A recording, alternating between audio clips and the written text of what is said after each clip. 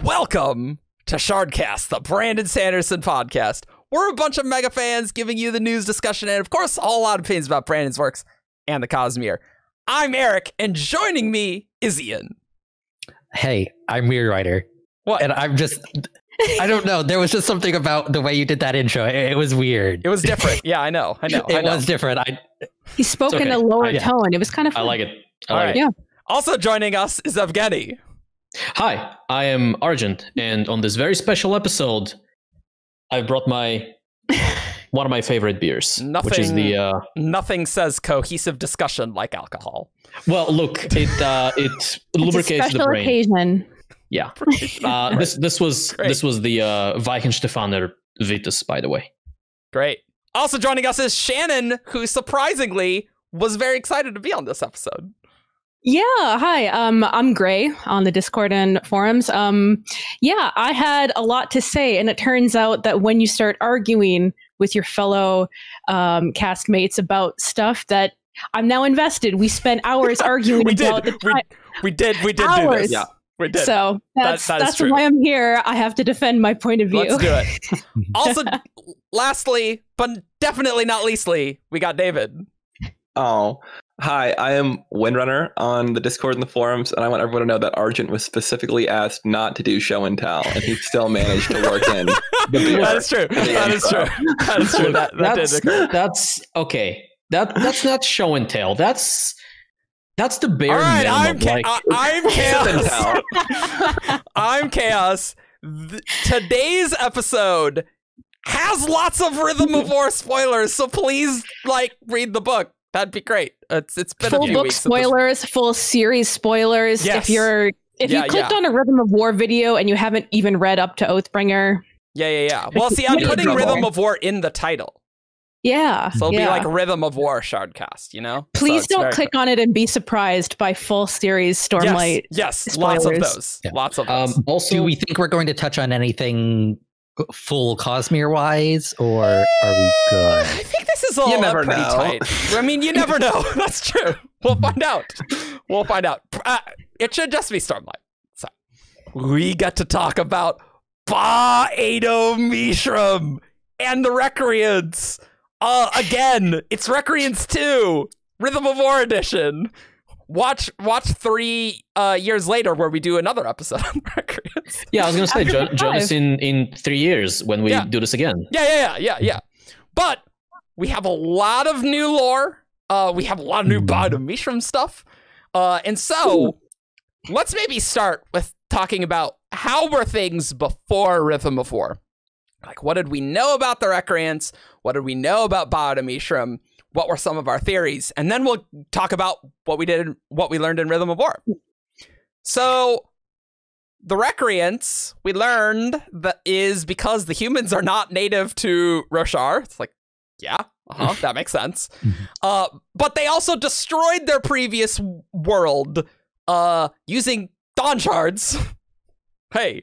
And then Surges. And Yep. Surges. Yep. And we know that Honor was going a little unstable and was ranting and telling people they were going to destroy this world too. Yeah. And so that was the reason in Oathbringer for the Recreance. Now, what we thought in our Recreance podcast 3 years ago, really, was that, well, we also learned about Ba-Ado-Mishram in the False Desolation, because the Radiants at the time were fighting people, and they were fighting the Singers, and they had a plan to stop Ba-Ado-Mishram, because Ba-Ado-Mishram was connecting with all the Singers and giving them forms of power, which was very unusual. And so it wasn't a real desolation. The Fused were not back. Nope. Yeah. The Fused were not around. Nope. And so Militia's like, yo, what if we can we trap a spread in a gemstone? And so they did that, and they enslaved, they ripped out a very important part of all the Singers' spiritual aspect, right? Identity connection. Something. Yep. Spirit web. Soul. Web. Yeah. Very damaged, and we said on our Recreance episode that since we know in the Words of Radiance epigraphs that like the fighting was intense at the time, right? That the Recreance happened. That like that must have been the Windrunners and Stone Wards that came, you know, in that vision and then gave up their shards. So we were like thinking, well, I mean, Honor's ranting and raving, but like maybe Ba-Ado-Mishram's imprisonment and be like, oh, we just destroyed an entire race. Good job. We really will destroy Roshar and screw this all up. That like maybe that was the last straw for them. So that was kind of what we thought. And we also theorized that like the Spren kind of had to be in on it. You know? They had to be. Yeah. So in 100%. Rhythm of War, we very much know that the Spren are in on it in an amazing reveal. I love that reveal so much. So good. So powerful. Even though we kind of already knew about it, but it was just so awesome. It's like, yes. I just, you know, knowing about it ahead of time, like, or like being 99% sure as you go into it just makes it better. Like it's so vindicating as a reader to get to that line. Yeah. We chose. And it's like, and I feel like this reveal like works a whole lot better than the reveal in Oathbringer about like humans not being native to Roshar, which we also knew. Yeah. But there was a lot about the reveals that were a lot more satisfying in Rhythm of War. Yeah. I think it was like because it was a character moment too. Yeah. Like Adolin was having Adolin was being vindicated, and that was give like a real sense of euphoria to it. And you get the confirmation of the thing you already were hoping was true. And Maya finally speaking. It's like yes, so good. Yeah. So good. But we're not talking about this. Yeah. But the point is part of the reveal that we're talking about. The point is the Spren definitely were like, yo, we need to do this too. So that's great to know. Now, the thing is, though, the Spren didn't know what was going to happen to them. No one knew. They knew that there would like be pain, but they didn't really know that they would like become Deadeyes. And that is because Kalak at the end of the book just like says off screen to Shallan, oh yeah, the Deadeyes didn't exist before the Recreance. Which is so good to find out because Brandon has been so cagey about that. And I'm always like, for sure people broke their oaths before. Yeah. It just happens randomly in that last Shallan chapter. It's like, oh yeah, Kalak said that. It's related to this other stuff. It's like, oh, okay, that's a massive deal. So, and you can see how this changed like Spren's, the current culture of Spren's view on humans, because if like this is the only result they know of like humans breaking their oaths, then humans being oath breakers is like, well, this is like all of a sudden humans' failures become deadly to the Spren, when before it was like, oh, you know, like we get the impression that before Deadeyes, it's like it's not such a big deal, right? Like the Spren would have lived, and it's sort of like, well, that sucks that the human broke their oaths, but you know, people are people. Yeah, but that's not, you know. But we never got to see that because so many of the Spren died. Yeah, right. And then none of the Spren knew about this. So much makes more sense, like in context, like this. This makes the Spren culture, like it makes it so much more sensible, because you know, up until now it's like, what are all these Spren, like they're so like, obviously like it's painful to see all these Deadeyes, but they're so almost unreasonable. But it's like you get it now, especially since Spren are eternal, right? Like they're supposed to live forever. Well, not anymore. Hey, not anymore. But so they got some other problems. Rest in peace, Windrunner. Yeah. Also, rest in peace, all of the Spren that got transported to the physical realm. Yeah, who knows what that does to you? Thing that happened. That's another podcast. That is Ishar and his experiments. That is 100% a podcast. Don't you worry. But then does it have to be? So, yes, you don't need to be on that episode if you don't want, Ian. I mean, I have to be on that episode. Yeah. But we also learn, because the siblings back, yes, that the siblings just like, yeah, so when they imprisoned Ba-Ado-Mishram, and Navani's like, oh, yeah, we kind of knew about that because of the Gem Archive, which I loved that they used those epigraphs. It's like, yes, our characters are being smart. That did not just hurt the singers. The sibling says that damaged everyone who was like of Roshar, including Spren. And Kalak says in one of his epigraphs that, Mishram, not just Ba-Ado-Mishram. We've done more damage to Roshar than we ever could have thought. Oh, also the heralds were there, including Kalak at Ba-Ado-Mishram's binding. So sure. Well, so some heralds at least. Kalak was it also Nail? Kalak and Nail were Kalak, mentioned specifically, maybe more, but definitely including those two. I do. This is not necessarily related to the episode, but I do appreciate how Nail and Kalak have a bit of a buddy buddy going on. I do like that. The dates like all the way. So like, there's probably a kind of a writerly, authorly reason for that.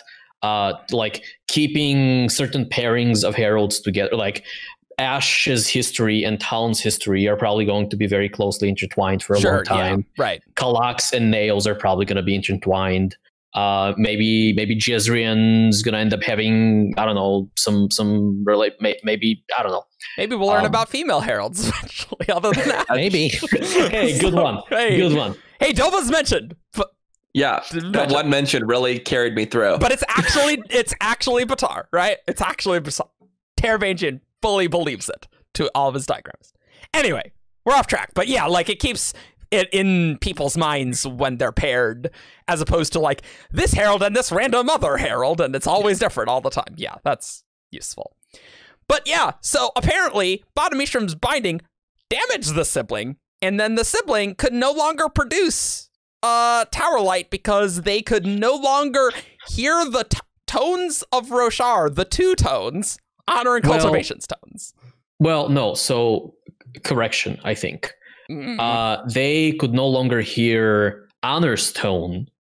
They could still hear cultivations. And so the climax to Navani's arc, when she becomes the siblings' bondsmith and they produce tower light together, the way that plays out is the sibling can hear cultivation's tone, but Navani needs to be the one to provide honors, and then they harmonize.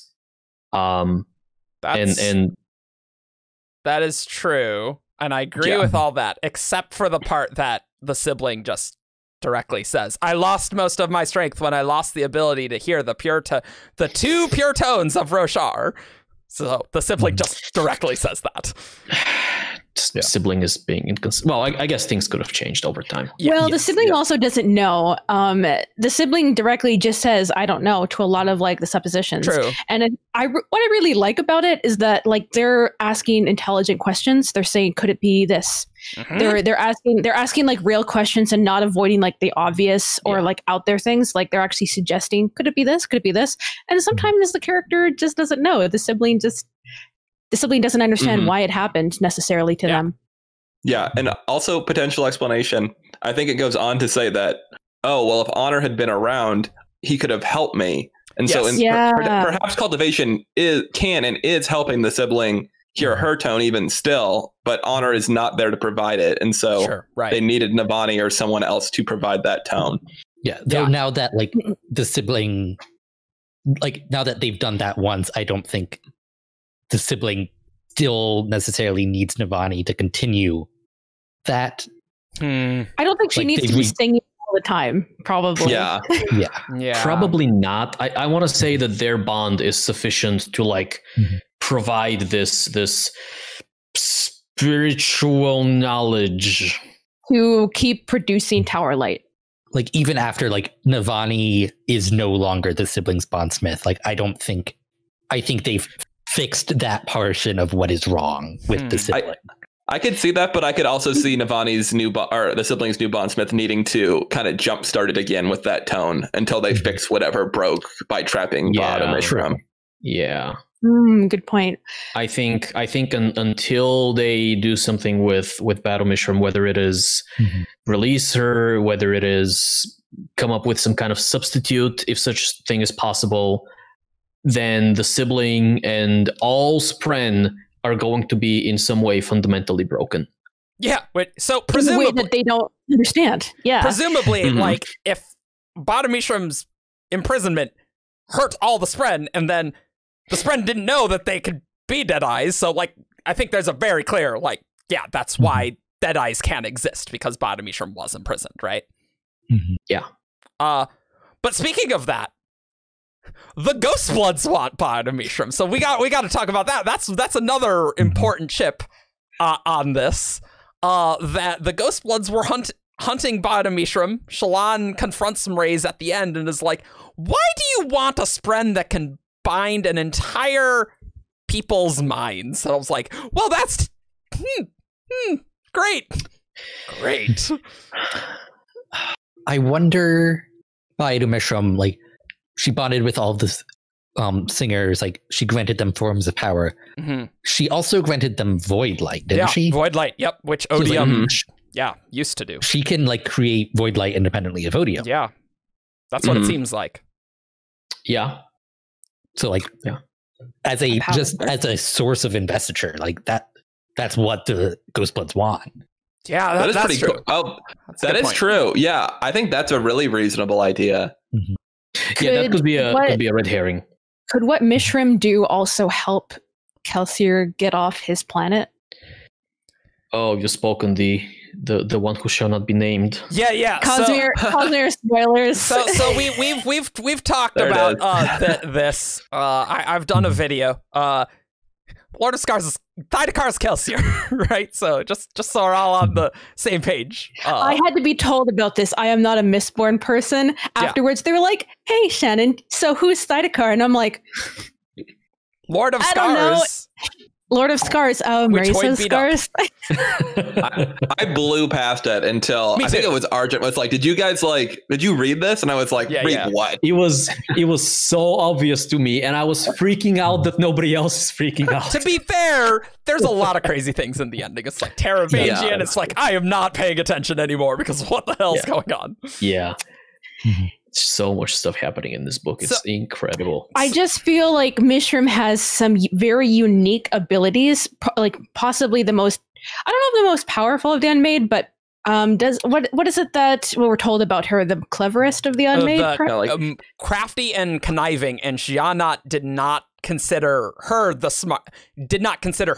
the smartest of the Unmade, and clearly mentions Ba-Ado-Mishram, so presumably Ba-Ado-Mishram is the craftiest and most conniving. Ba-Ado-Mishram was the High Princess of the Void Forces of the Void. Well, I don't know. Wasn't that in reference that she was a high princess among her people? I don't remember the quote anymore, but it could be read that she was like a somebody of rank before she became an Unmade. Yeah, it's boo. Well, it says it's from Hesse. It's like, I find Ba-Ado-Mishram to be the most interesting of the Unmade. I agree. She is said to have been keen of mind, a high princess among the enemy forces, their commander, in bold, during some of the desolations. I don't know how this relates to the ancient god of the enemy, named Odium. Now, I don't necessarily know if Ba-Ado-Mishram was like ordering Fused around in regular desolations. Like, that's very unclear, because like this mythology of her being the commander of the enemy could just be from the false desolation, right? Like that's very reasonable. That's like, oh, that got like messed up in mythology. That said, Ba-Ado-Mishram, it's very interesting what her power set is, because she has that power of connection, and we know that like adhesion is honor's truest surge, which allows you to make those connections. And so it's almost Ba-Ado-Mishram is almost like an evil bondsmith in a way, sort of. So I was thinking about this episode that we were gonna do. I was thinking about it last night, and it strikes me as very interesting that the imprisonment. This is relevant. That the imprisonment of Ba-Ado-Mishram caused damage to all entities. To all of Roshar. Not just the Odium. Not just like the singers, not just like the people associated. Yeah, right, exactly.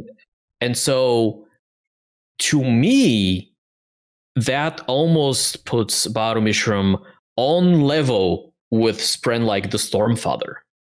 or Yeah. the Night Watcher, Yeah. or the I sibling. absolutely agree. And so, I also keep Go, going. go. and so, what I wonder is whether Ba-Ado-Mishram, before she was unmade, was the same kind of world spren, god spren, Rosharan spren, something like that. And by unmaking her, Odium and his forces gained access to this kind of power and the power of connection I have a on counter their side. suggestion. Yes, Shannon. Shoot. I have a counter suggestion. Me and Evgeni are like on the same wavelength, just like aiming towards the same direction. I was like just about to bring this up. Is it possible that this is relating to Odium becoming the third pure tone of Roshar? That is what I think pretty Because strongly. like if Mishram, if all the Unmade, this is a supposition, if all the Unmade truly are just of Odium, and they weren't anything else before, which I don't know if we have a word of Brandon on that, but if that's the case, okay. Well, if that's the case, we do know they are splinters of Odium.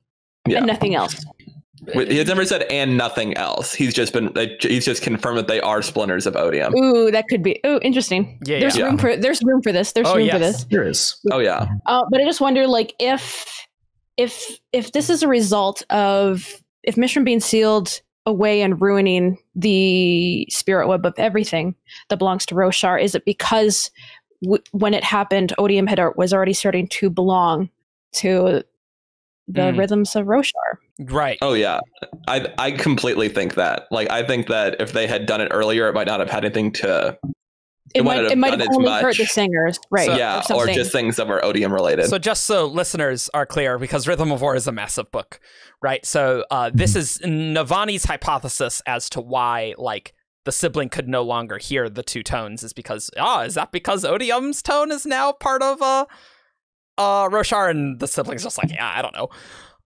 Well, it's like the sibling said, the Navani like questions the sibling about about Odium's tone, and like the sibling is like, oh no, that's a false tone. Right. There's only two. Right. Blah blah blah blah. Yeah. Which was probably true, but then during one of Venli's like training montage moments, she has the line of like, it felt wrong to be using his Odium's light to practice her surge binding, but the stones whispered that it was well. Odium and his tone had become part of Roshar, as cultivation and honor, who had not been created alongside the planet, had become part of it. So gotta do an episode on the stones and stuff eventually, because like, yeah. Yes. So like up until like 5 minutes ago, I was assuming that there was something about Mishram's imprisonment that forced Odium to invest in Roshar. But I'm wondering if it's whatever Mishram did to connect to everyone to start providing forms of power and void light, that like she basically backdoored. Yeah, she connected to Roshar. She needed to be part of the world in order to create these forms. Maybe she was doing, maybe she didn't. Like, we know this is the first time Mishram did this. Yeah. Yeah. She didn't do it before. Yeah. Yeah. Very interesting. So, I agree with that. Or at least I like that. You think it was the act of connecting to either all the singers or to Roshar that kind of like that Mishram invested Odium in a way? Yeah. It is Odium invested her, right? So yeah. Like she basically invested Odium without his consent. I really like that. I mean, it is very unclear if like what Ba-Ado-Mishram did in the False Desolation was at Odium's behest or not. Like that is really unclear. We have no idea, really. Well, Ulim seems to think not, because like the Voidspren weren't involved at all. That is true. That is true. I kind of get the vibe that the Unmade are all kind of have this inner drive to do their own thing, their own individual. Just this, yeah, you know, if Odium likes passion, if Odium likes disagreement and people like and them struggling to get their own way, I can see that being like an innate drive of himself. I just wonder what Ba-Ado-Mishram was like thinking when it's like, I have this plan. I'm going to do this. I've never done this before. What could go wrong? I want to walk back a second to this idea that Ba-Ado-Mishram was potentially a thing that Odium corrupted. That was like an honor, like one of those world spren before.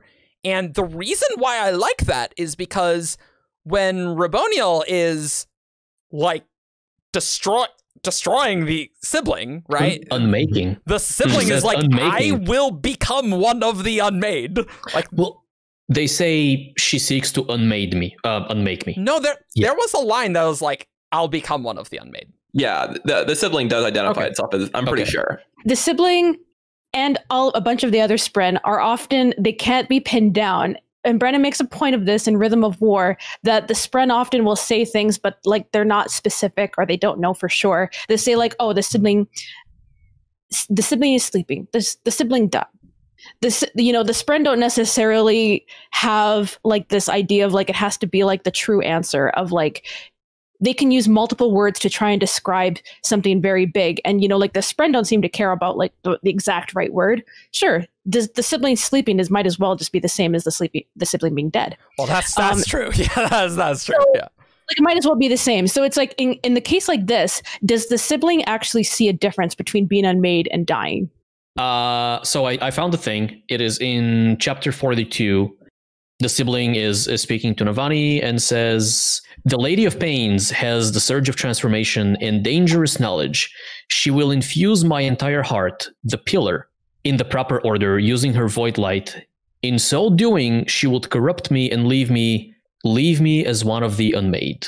Okay. So I actually think this is really solid that Ba-Ado-Mishram could have been one of these world spren. And I really like the idea that previously she did have that otter surge of adhesion, and then like by corrupting maybe still has that in some way. I don't know. I know that Brandon has said though that if you are trying to draw parallels between the unmade and the Radiance, the one that does not have a direct parallel is the Bondsmiths. Sure. And so for sure. There is like a little bit of like was that between the unmade and the Radiance or the fused and the Radiance? I'm pretty sure it was the unmade and the Radiance. We can do another research break if we want.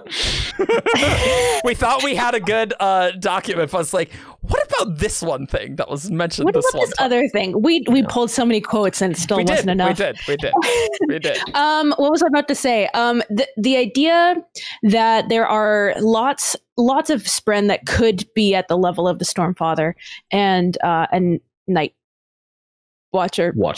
Thank you. It kind of like makes me reconsider what they meant by like more bondsmiths, like more than 3 being seditious, because they would only say that if it was actually a possibility.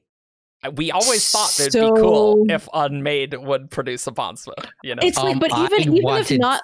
Yeah. Yeah, I wanted Syanna to reverse corrupt herself and add some honor and cultivation and become a bondsmith spren. Well, now we just gotta get Syanna with the sibling. We gotta like remove the void light from Janot's system. Easy. We did that. We can do that again. A lot of time in this book learning how to combine tones and lights. That's true. We did spend a lot of time on that in this book. It's important. There's something about this. But yeah, I love the idea that there are like even not unmade love. Even like there are spren of that level that Odium hasn't even touched that could possibly be at that level. What does that mean to be seditious? Is it just seditious because it's like, oh, you're from the enemy, or is it seditious for another reason? Mm-hmm. I like this. I did find the wob about the unmade corresponding to the Order of Knights Radiant. And it says what you thought. Well, no, it says what Wendy thought. So it's like Bondsmith is the one that is missing, but it's not as 1-to-1. There's some fuzziness which I totally agree with. But I will say that I don't think I will accept that Ba-Ado-Mishram could have been some sort of Stormfather level spren that was corrupted. I don't think all of the unmade were. I also agree with that. We didn't see the thrill being captured have some sort of catastrophic like impact. That's very true. There could be others that might be of that scale, but I definitely think the less interesting ones are probably just. At this point, I think it's just the 2. I think it's just Mishram and Shannon. I'm not even sure. Maybe Yelignar. Yeah, like maybe not like that, even like same level, but like I think she, yeah. Well, I don't think Yelignar anyone is was quite as connected as Mishram was. Yeah. Yeah. Yelignar's But weird. I will say we do have a wob saying the Unmade are like a power level below the Stormfather, Yes. but they're still probably like up there. But so I'm beginning to run into a bit of a problem with some of the like Words of Radiance time wobs and even some of the Oathbringer ones because Rhythm of War just appends so many things that we thought we knew that really how like I don't want to say that Brandon was lying to us, but like he was speaking to the level that people knew about in this story. Yeah. There are questions that he cannot answer fully and truthfully and correctly without revealing, stuff multiple books in advance, potentially, right? Right. Because he could mean Unmade generally. Rather than Ba-Ado-Mishram, right? Yes. I'm fully about leaving wobs from the past in the past. It's just sort of like I fully agree. I think that like stuff that he said in 2014 about the reality, like I think with each book, if he's going to be revealing things, it means upending our expectations or current understandings, and he can't do that without quote unquote lying. It's anything with Testament and Pattern's early history. He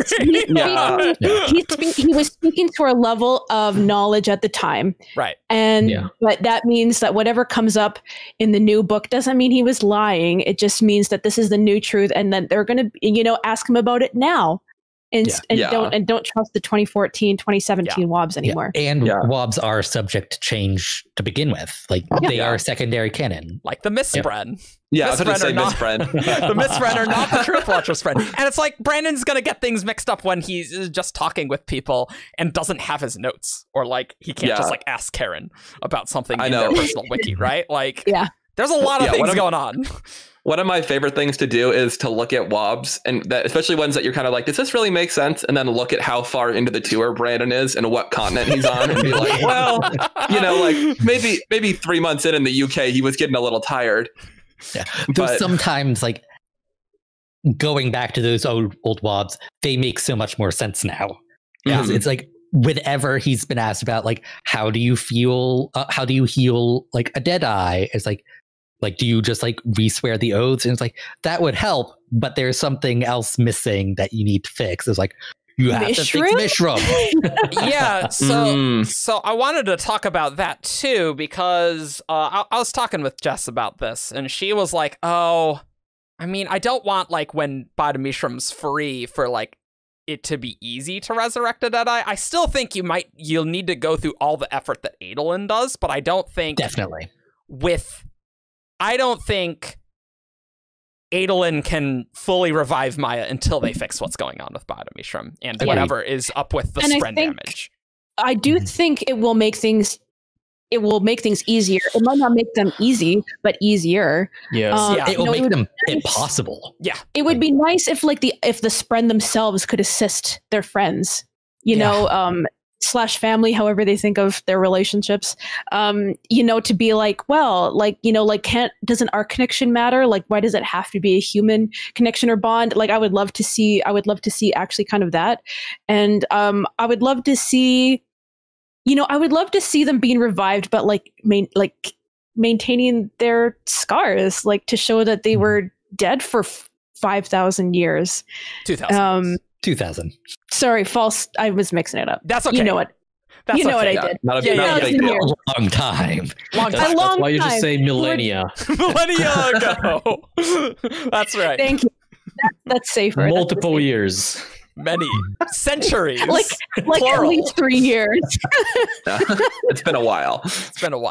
Yeah, I don't think they're going to be like just like the regular Spren. Like, I do think there will be some damage. They're old.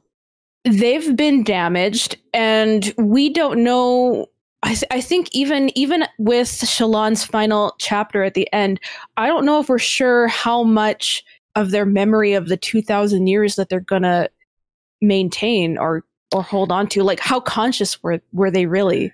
I don't think much. I don't think very. Like, God, I hope so. But like, can you imagine? Like, they noticed some stuff because Dalinar's blade like knew him and knew that he had made an oath and given them up for an honorable purpose. So like I think they got impressions, but I don't know if that would be like something they're like, oh yeah, I remember when you gave me up as the, like I don't know if that would happen. Remember when you gave me to Sadia? To be honest, you know what it sounds like to me? It really sounds a lot like slave form singers, doesn't it? Like it really does. Yeah. I was going to ask you guys, how close do you think this is to that? Yeah. And whether the Everstorm would be comparable to like what does it look like to remove the spirit web from a spren? I think the slave form singers would be more aware. Like I think they're analogous, but like you can still have a conversation with a slave form singer. Like it not a very extensive one, but like they do speak.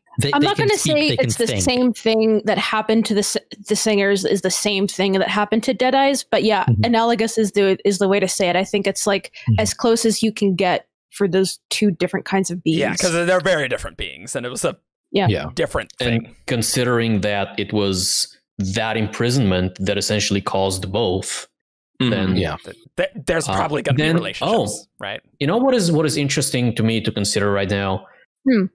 Whether, and I've been thinking about this for a long time, whether Ba-Ado-Mishram was essentially the missing kind of, not a missing, but like people have been joking about a spren for a long time.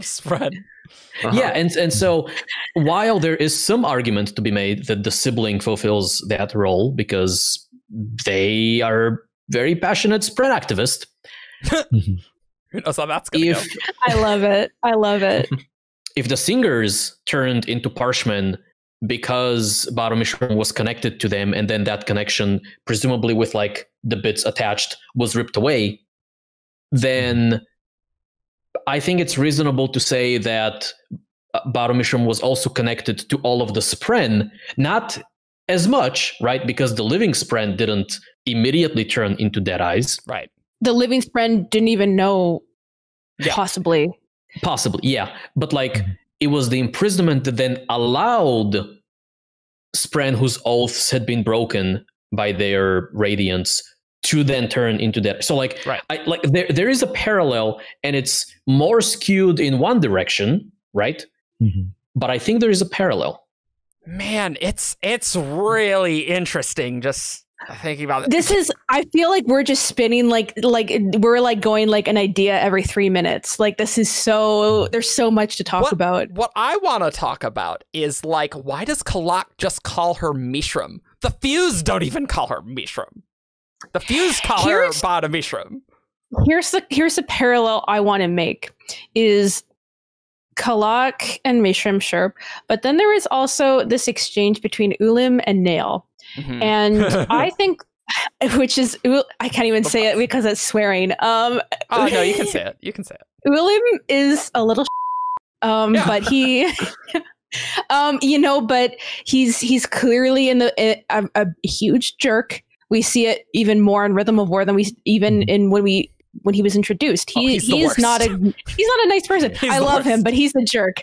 I hate him so much. And he has this relationship with Nail where they have clearly known each other for a very long time. And even when they haven't seen each other for hundreds of years, they're basically immortal beings. Like they've known each other for millennia. Yep. And they almost have this frenemies rapport of like two enemies who know they can't kill each other. So you might as well do a little chit chat. Like, I wonder if there is like this sort of like frenemy relationship between the fused, the unmade, like the immortal beings who live on Roshar. And so like my automatic instinct when Kalak says Mishram is that either he knows that Mishram was her original name or that there is some base level of like affection or respect that you give to someone that you've known for so long. Familiarity. It felt familiar. Yeah, it felt very familiar. Like this is someone who knows who she is as a person. It's definitely like one or both of those, right? Like, it definitely is familiarity. I do like the idea, though, that Kalak knew Ba-Ado-Mishram before she was unmade, though. I really like that. Before she was Bado. Because Ba-Ado-Mishram is the only unmade with 2 hyphens. I know that may or may not matter, but, like, that is a unique thing of the unmade. I like it as much as any of the other reasons. Like, Yeah. David, you do have a quote for us, I believe. That may be relevant here. Yes. Yeah, which is kind of like a standalone thing, but it is somewhat related. At one point when Raboniel is breaking, she's doing the climb up to Earth Zero with Venli, she gets pretty pissed at Venli because Venli about died because she didn't have a weapon. And she ends her like derisive little comment with, and carry a knife for Ado's sake. And we're not really sure if what she's referring to there. That reads to me like Adenalcium, personally. Because like every other situation that Raboniel specifically says, Raboniel says Ba-Ado-Mishram all the time. Well, not that much, but like when she does, she says Ba-Ado-Mishram, right? Yeah. And we know that there are Spren that Adenalcium left behind on Rashar, too. Yeah. And the heralds knew about Adenalcium. Yeah. This is playing into an idea that I no longer believe in, but I'm still fond of, where I thought Ba-Ado-Mishram might be some kind of ancient reference to how in modern day Shin names follow, name, son, father, or daughter, name, daughter, mother, right? And so I thought Ba-Ado-Mishram might be Ba, daughter, Mishram, or something like that, which no longer makes any sense. But I do wonder if there is this kind of parallel where the Ado in the middle in there is either an homage or a connection or a reference that ties Mishram directly to Adenalcium. I think so.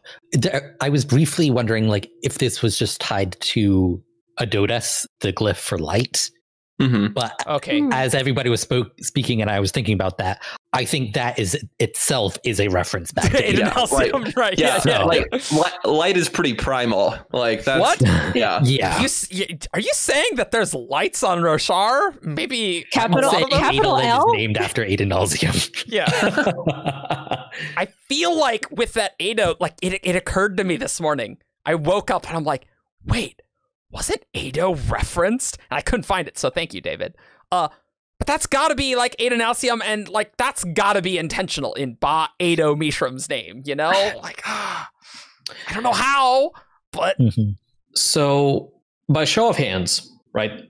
How many of us are on board with the idea that Ba-Ado-Mishram was an Adenalcium spren that was then corrupted or unmade by Odium, and when she was Mishram, when she was an Adenalcium spren, she was kind of on the same level as the Rider of Storms, and served not a similar purpose. Like obviously, she was not a storm stuff, but had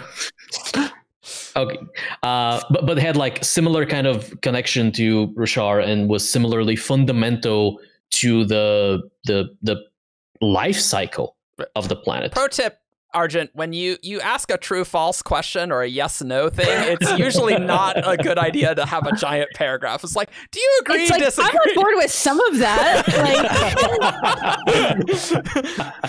Okay. Generally, I agree, but I'm just like, I like the idea of Mishram existing as an Adenalcium spren. Cool. That was important to Roshar in important ways. It's sort of like I wouldn't put all my chips in that pile, but I really like it. I like it. You know, it's, I think it's plausible. Put her on the same level as the Stormfather. I also do get the impression that when she did the stuff with connecting to the Parsh or connecting to Roshar, that it was kind of newer. Mm-hmm. Like she was like trying out maybe new powers that she had never done before. I mean, the Radiants were surprised that she did this. They were like, what the crap? I think she had an element of like maybe growing in power or growing or changing in some way before her creation, whatever that looked like, to her unmaking. her unmaking to what she did at the false desolation. So Okay. like I just that's just the impression I get. I don't have any text I can point to. It's just that's the vibe I'm getting about what was happening, was that I think she was changing, or she was trying new things that no one knew she could do. Okay, so related, that kind of idea that kind of builds off that. We know that in probably the most eventful time period ever on Rashar, perhaps, that as Honor was dying, the restrictions that he had in place on surge binding were failing, and they were seeing like bondsmiths were seeing connections that they had never seen before, and things like the ones between people that Dalinar sees. And so, is it possible that what Ba-Ado-Mishram was able to do was only possible because Honor was dying and his restrictions on what connection could do? Yeah, I had something else. Yeah, So Another unmade doing something weird that never happened before. Siana is now able to enlighten radiant. Oh, that's Tears true. red. All right, yeah. When supposedly that was never possible That's before. true, right? you know what I love about Rhythm of War is that we're seeing so many things that were impossible before. Yeah. Well, and like this is the difference between a podcast that where it's like, okay, well, we gotta do a deep dive, whereas this one is just like, wow, there's so many things. It's new book time. Yeah. New exciting. ideas and stuff that I never thought about until you guys said them out loud, and now I'm going on a whole different direction. I mean, even just the surface stuff in Rhythm of War is incredible. Yes. I really like that, David. That's really choice. The reason why I was never sure if Odium was involved in the False Desolation directly is because, just because Ba-Ado-Mishram's powers seemed new. And so, like, it felt like maybe it would be possible if Odium's like, man, this town guy, he is really killing our vibe with this whole desolation stuff. I have Ba-Ado-Mishram, though. And, like, let's come up with a plan on how we can, like, backdoor this crap. And then it didn't go well. Like, that's plausible to me. I prefer the idea that the Unmade were working on their own initiative. I like that, too. Yeah. So, like, we know, like, without Honor around, like, restrictions are being lessened or removed entirely. Right. What if Odium being, like, stuck on Braze for so long, like, without being able to interact with Roshar directly, was kind of freeing the Unmade a little bit to do their own thing. Man. Without, They like, do have a direct bond to Odium that Siana mentioned. Mhm. And it seemed like in Janat's interlude, it says that she was, like, kind of asleep for, like, a long time. That's what it seemed like.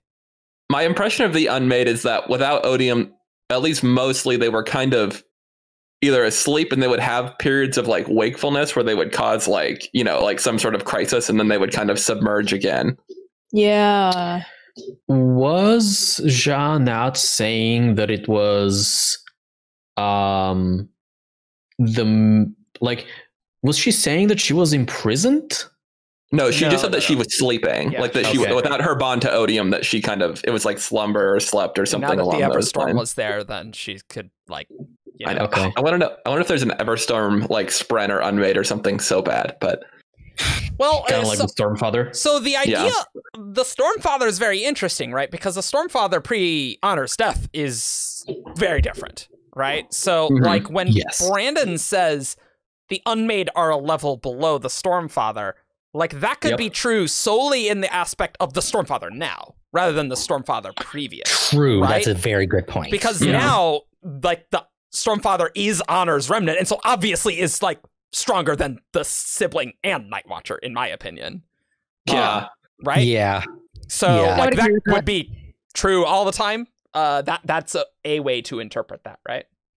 That's a good point. It's the vibe I always got. I always thought the Stormfather was more than the Night Watcher, who is always there, like, underneath a cultivation's wing. Like, I never got, like, the same.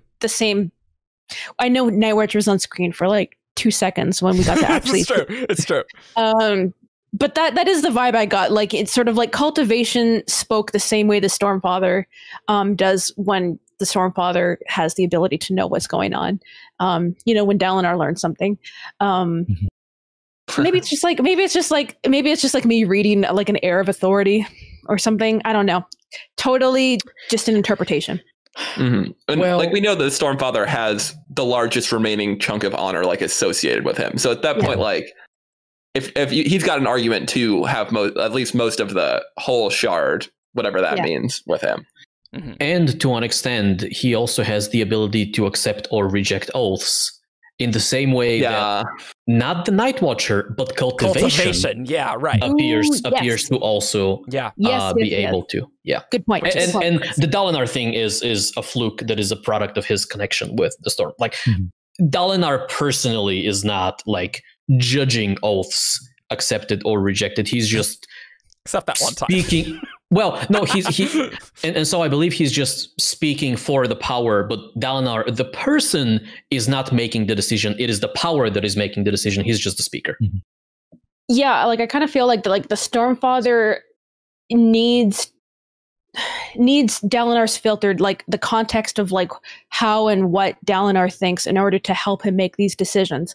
Like we know in the previous books that's how he was starting to think. Is sort of we know the Stormfather is changing his mind about a lot of things because of what Dalinar feels. It's like about the Heralds. He's like, oh, the Heralds were just so weak, and now I kind of see that they were broken and what that means for them to be broken. Right, it's sort of like he kind of gives like he gives like more leeway, or he sort of like isn't as strict as he used to be. It's sort of like I really do feel like the way the Stormfather think is affected and filtered through Dalinar. Mm-hmm. I will point out that we're way off the rails, but I also have an opinion, so I want to get it in real quick. I think I'm going to go to limb and say I think Dalinar could have rejected Kaladin's oath if he decided that he didn't think that he was worthy, because at this point, Dalinar is as analogous to a vessel as anything that honor has. He was referred to as being ascended. He is, perhaps there's not enough honor to vaporize him and make him a shard, but he's the biggest chunk of honor, and I think as we've seen as Radiance and their Spren bond, they become closer and closer. Their souls get closer and closer together, and they become more one being. I'm pretty sure Dalinar could have decided now, like I am the Stormfather in some aspects, and I'm going to say no. David, what a take! I think I agree with David. I agree too. But also, the Stormfather says in Oathbringer that towards the end of Honor's life, like he was preparing the Stormfather to become his successor. Like he was like, okay, now you make Honor spread. Like, yeah, right. Where before, like Honor was the one that did that. Like, yeah, right. The Stormfather did Syl and like a few other siblings. Then they all died, and then later on, like he created 10 more. But after that, the Honor spread started creating themselves. It really makes sense why the Stormfather was so salty about Radiance bonding again, because it's like his entire essence is colored by the fact that Honor died, and it's like, wow, and then all the Radiance died. It's like, wow, all this Radiant business is not good, and I do not approve. And so I'm gonna summon a storm and just wipe all you guys out in the Battle of Narak. What's up? I don't even care. That's the Stormfather before Dalinar bond. I want to steer this a little bit back towards the Unmade, because I have the Shannon paragraph, and so I wanted to read that about Shannon and slumbering. So during the long millennia before this return, she'd mostly slumbered. Without her bond to Odium, she had trouble thinking. The Everstorm appearing in Shadesmar, long before it had emerged into the physical realm, had revitalized her, had let her begin planning again. But she knew she was not as smart as Odium was. She could only keep a few secrets from him, and she had to choose carefully, clouding them behind other secrets that she could give away. It's very reminiscent to the singers who were also restored by the Everstorm, although obviously not in Shadesmar. But it's also like reminiscent of like just Radiant Spren without a bond in the physical realm. That's true. That's true. I know. That is true. I'm still very curious why the Ullum type of Void Spren are able to exist, but that's kind of an aside. Yeah. I don't even know what they are. A bond with Odium. Yeah. What like we they know might have a similar bond. Yeah. I have no idea with Void Spren. Oh, to Odium? I guess it's possible, yeah. Just like a lesser bond. Like more like Honor Spren level, right? Like if Honor Spren were created by Honor initially, right? Like they would just be like that. Just Odium did that. You know? I guess, but weren't they at one point created by Honor directly, and they still had to bond people in the physical realm? Oh, I guess that's true. Well, like we don't know if like Honor could have like facilitated them spending more time in the physical realm without a Radiant. True. Yeah, I'm just very curious, like what characteristics like cognitive entities need to be able to think in the physical realm, and like how those situations are met. Right. But, yeah, that is weird with Ulam, honestly. But Ulam. Well, yeah, go ahead. So with Ulam specifically, he was brought into the physical realm. So like he was put in a gem back at like the halfway point between Roshar and Braze or whatever. Yeah. And then he was carried in that gem to the Roshar and Sebastral, and then up one floor into the physical realm, where immediately upon being released, bonded he hitched a ride with Venli's gem heart. So like there was no time for him to like deteriorate if that was ever going to be a problem. That's true. But is he still bonded to Venli or to another Maybe singer? the Everstorm fixed it and it's made him be able to exist in the physical more. Like that could work. I don't know. It's fully possible because like the Everstorm is just there now. We should do an Everstorm podcast. Oh yeah, we got to do an Everstorm. So many podcasts. You can argue about how you get void light. Guys, we plotted out podcasts through June, and it was not hard. It was very easy to do. Very easy. It looked like we were missing stuff, or like, oh, we forgot about that. Like, it's like, oh, we should have done a Teravangian podcast. So it's like, oh, okay, well, we'll do it now. Let's have some questions. Why were the heralds at Ba-Ado-Mishram's binding? Which is a fun new verb. They were bored. They were bored? Because Malishi is secretly Ishar. Oh my god. Right. So That's terrifying. No, I don't want to think about that. along that line, one idea I've had was that maybe Malishi was Ishar. But even if that's not the case, has that Ishi in the name, really? That's a dead giveaway. I mean, Ba-Ado-Mishram has idol in the name, so Salvate and Alcium. We've used this logic before. Yeah, we're good. It's not the same thing. We were saying because Malishi has Ishi in his name, he is obviously Ishar. We are not saying because Ba-Ado-Mishram has Ado in her name, like maybe she is Aiden Alcium. Maybe if there was a hyphen between Mel and E. Anyway, so I've thought that so.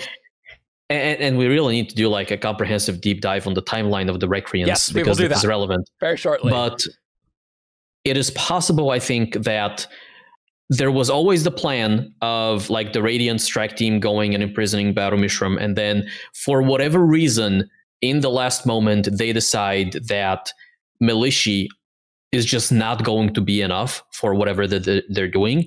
And so they go and ask Ishar to also join them and help them out. Or alternatively, Ishar's like, this mission, I am on it now. I think it's I'm inclined to think it's more the second of those two. I think the false desolation would be very worrying to the heralds. Yeah, it's a new kind of desolation. Desolations were over and done with. Like, that's a really good point.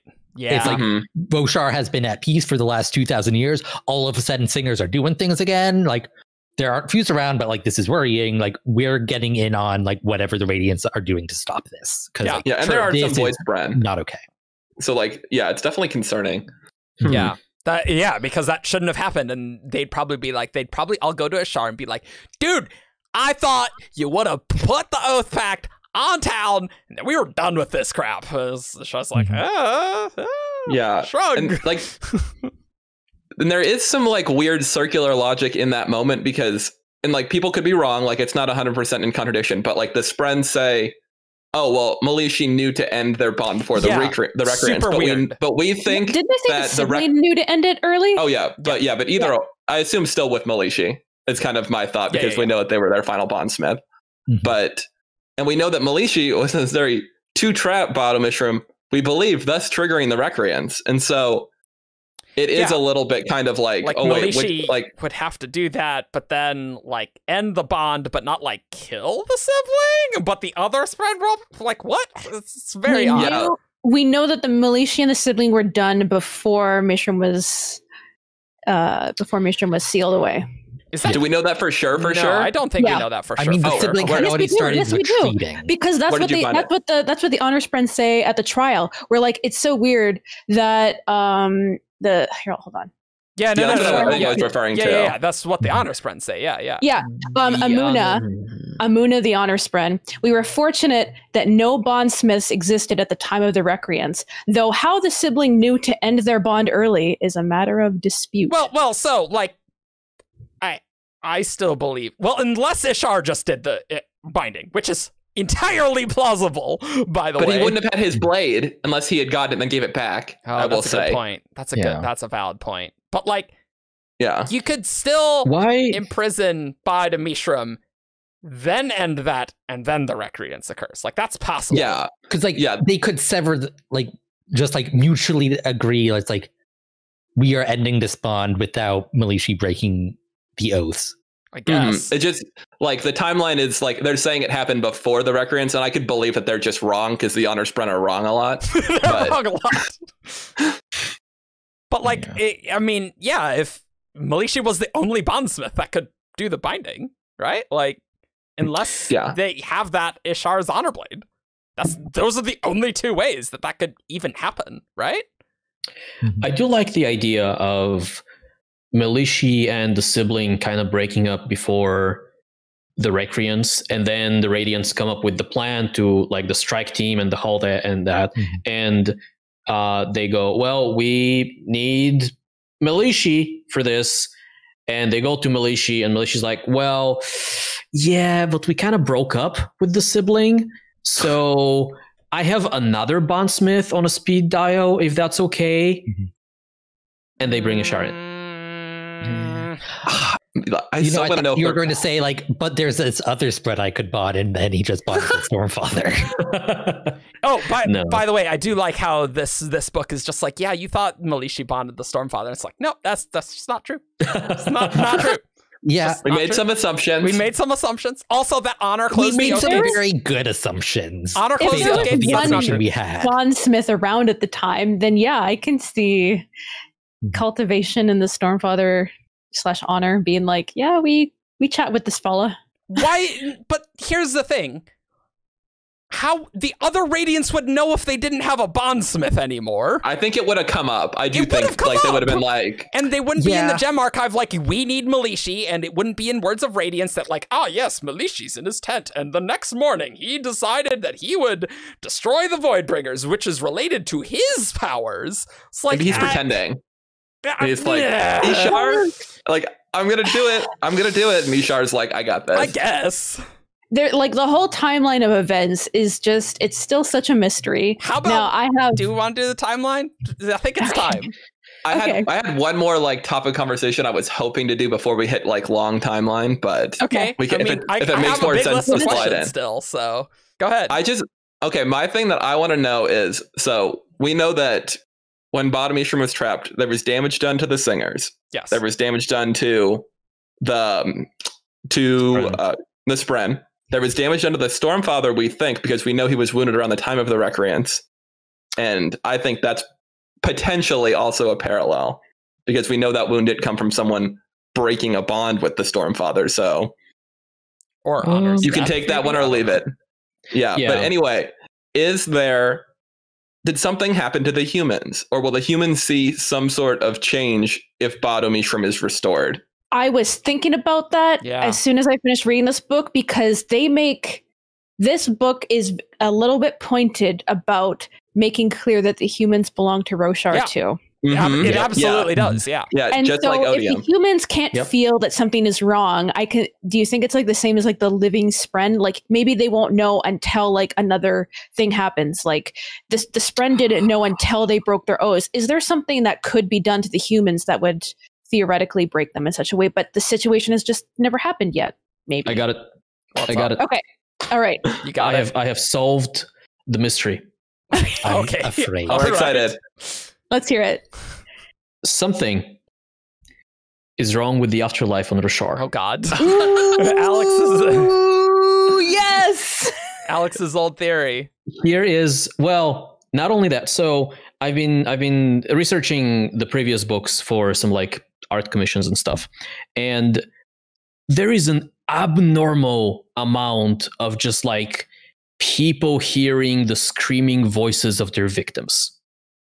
Ooh. Like it happens with Zeth all the time. It happens with Dalinar post Evi a lot. And so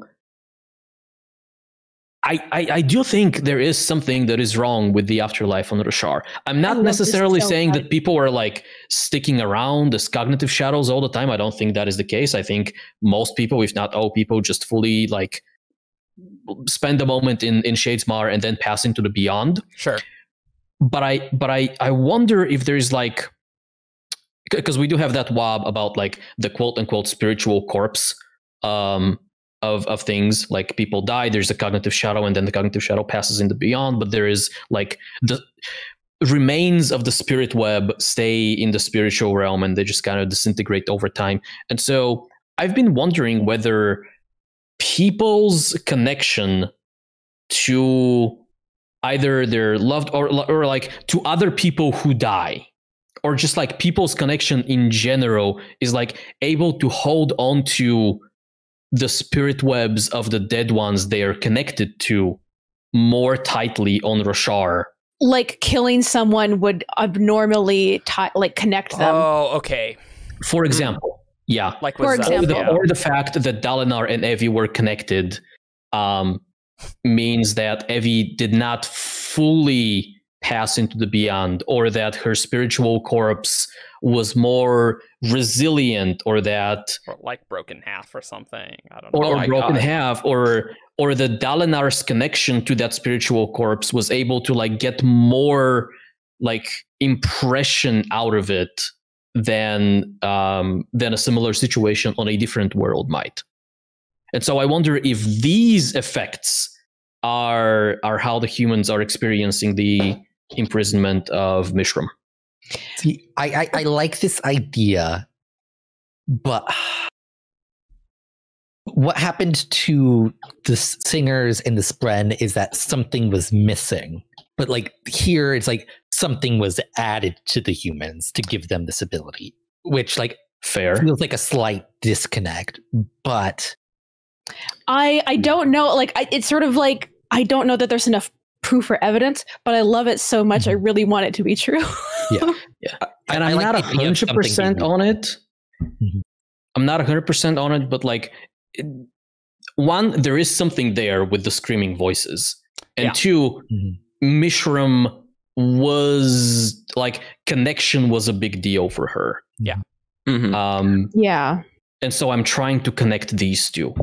What if we reframe this slightly so it's not like that the humans gained something to give them this ability, but they lost something that was preventing it from happening? Like they lost like some like identity shielding. Oh, we're bringing it back. There you go. Yes. Identity Bring it back. field. So like There's so a like breach now in the identity field. Sure. yeah. So it's like now like those spiritual corpses can have more of an effect on them. Like the human spirit web is a little bit more malleable, a little bit less. Yeah. Like the normal protections around the human spirit web is maybe. Man, this is Yeah. very bizarre to think about. I love it though. I This like is it. really I'm just like, interesting. wait, what? Yeah. This is Yeah. why new books are so good, because we can just go crazy. We can. We With all the can. new We don't stuff. need rails. Before Yeah. like, in 3 years are going to be so jaded and cynical and be like, that was a stupid theory. But you know what, future me, this is a good time. It's true. You know, the thing Yeah. is, though, I really think we will see Ba-Ado-Mishram book 5. Like, that's what Oh, the yeah. Ghost Bloods and Shallan Of course, and that is so being set up and as it's like connected with the Recreance and the Radiance, and that's all what the front five's Yeah. about. We got to get the full answer to everything with the Recreance, book 5, and then like And it's like back half Herald stuff. We'll learn that stuff there. I'm actually like excited for Mishram to be released because I think she could turn out to be an ally Absolutely. Whereas like before this book, like I'm like, no, we don't want her to release. Like she's going to be like super for the other side. As soon as Calax called her Mishram, I was like, oh, she could be a friend. Yeah. I thought Syanat was the only good unmade, but like Ba-Ado-Mishram also might be good. It is amazing how much just this one line, this one name, where Kalak calls her Mishram just does for like it's such a like it's not an emotional moment or anything, but like it carries such a heavy meaning and is so heavy with implications. And also the fact that like he begs for her to be released, like don't allow her to remain imprisoned. Well, he stood there and watched it happen in the first place. Like something has changed his mind, which Or I mean, even helped. it's probably like, yeah. Damn. So, but on the other hand, like that's true. But on the other hand, I don't really know how well 2,000 years of imprisonment is that really gonna be good for Ba-Ado-Mishram's sanity? I'm not convinced. Fine. I am. I think it's fine for Spren. Remember how the sibling is like pretending to be sleeping or dead for a few hundred years? It's like whatever. It's just time. It doesn't matter to me. It's different being in a gemstone. I actually completely disagree. I think it's different for Spren than it is for like cognitive shadows who used to be mortals. Sure. Because we know like the Spren, whenever Spren are trapped in a gemstone, they're going to exist forever. They come out and they're fine. Whenever the humans are put in the gem and released, we know that they're just going to disappear because like they're different. You know, it's sort of like their thinking was always mortal, and like their spirit is always kind of mortal. As soon as they're freed from like the connection of like the Oath Pact and whatever made them immortal, they're going to stop being immortal. Sure, right. So I just kind of have this vibe, like I think Spren just completely see it differently and they're not affected by the passage of time so much. Maybe, but I'm real worried that Ba-Ado-Mishram's like, hey, you guys imprisoned me. I'm going to not be very happy about that. And maybe she's grateful. Whoever frees her, that's true. Is going to be on her good side. That's true. Yeah, like Shallan's like, we're best friends, and I let you out, and you're not gonna help Odium now. She's like, she is crafty and conniving. What if book 5 ends with just the thing happens and the last words on the page in all caps are "I am free"? I knew you were going to say that. that would be pretty awful. Also, way less impact on a Spren versus like Taravangian becoming Odium. Like, you know, like it and like also the fact that race is no longer Odium. Like, what was Ba-Ado-Mishram's relationship with race? Like, she might not like you are not my real dad. Like, I'm not gonna help you to Taravangian. Yeah, especially if Ba-Ado-Mishram did the false desolation out of her volition and not like teaming up with Odium. Like that would be very true. I think it could go 50-50. Like, if Ba-Ado-Mishram's released and is really buddy-buddy with the person who released her, I don't know. If Shannon thinks Ba-Ado-Mishram's crafty and conniving, I think we should be worried about whatever Ba-Ado-Mishram says. Yeah, I think she's definitely going to be very, very angry when she comes out. Sure. But I don't think she's going to be like lashing out. Like, I think like she is going to like consider all possibilities for alliance, and then she's going to pick the one that is best for Ba-Ado-Mishram. Crafty. It's gotta be awesome. I don't find that like that hurts like my opinion of the frenemy vibes we get at all. Love it. Ooh, is Kalak gonna go with Shallan on the quest to find Ba-Ado-Mishram? Dude, that would be awesome. He's got to buck up a little bit. He's kind of a whiner. He's gonna need to like get on board.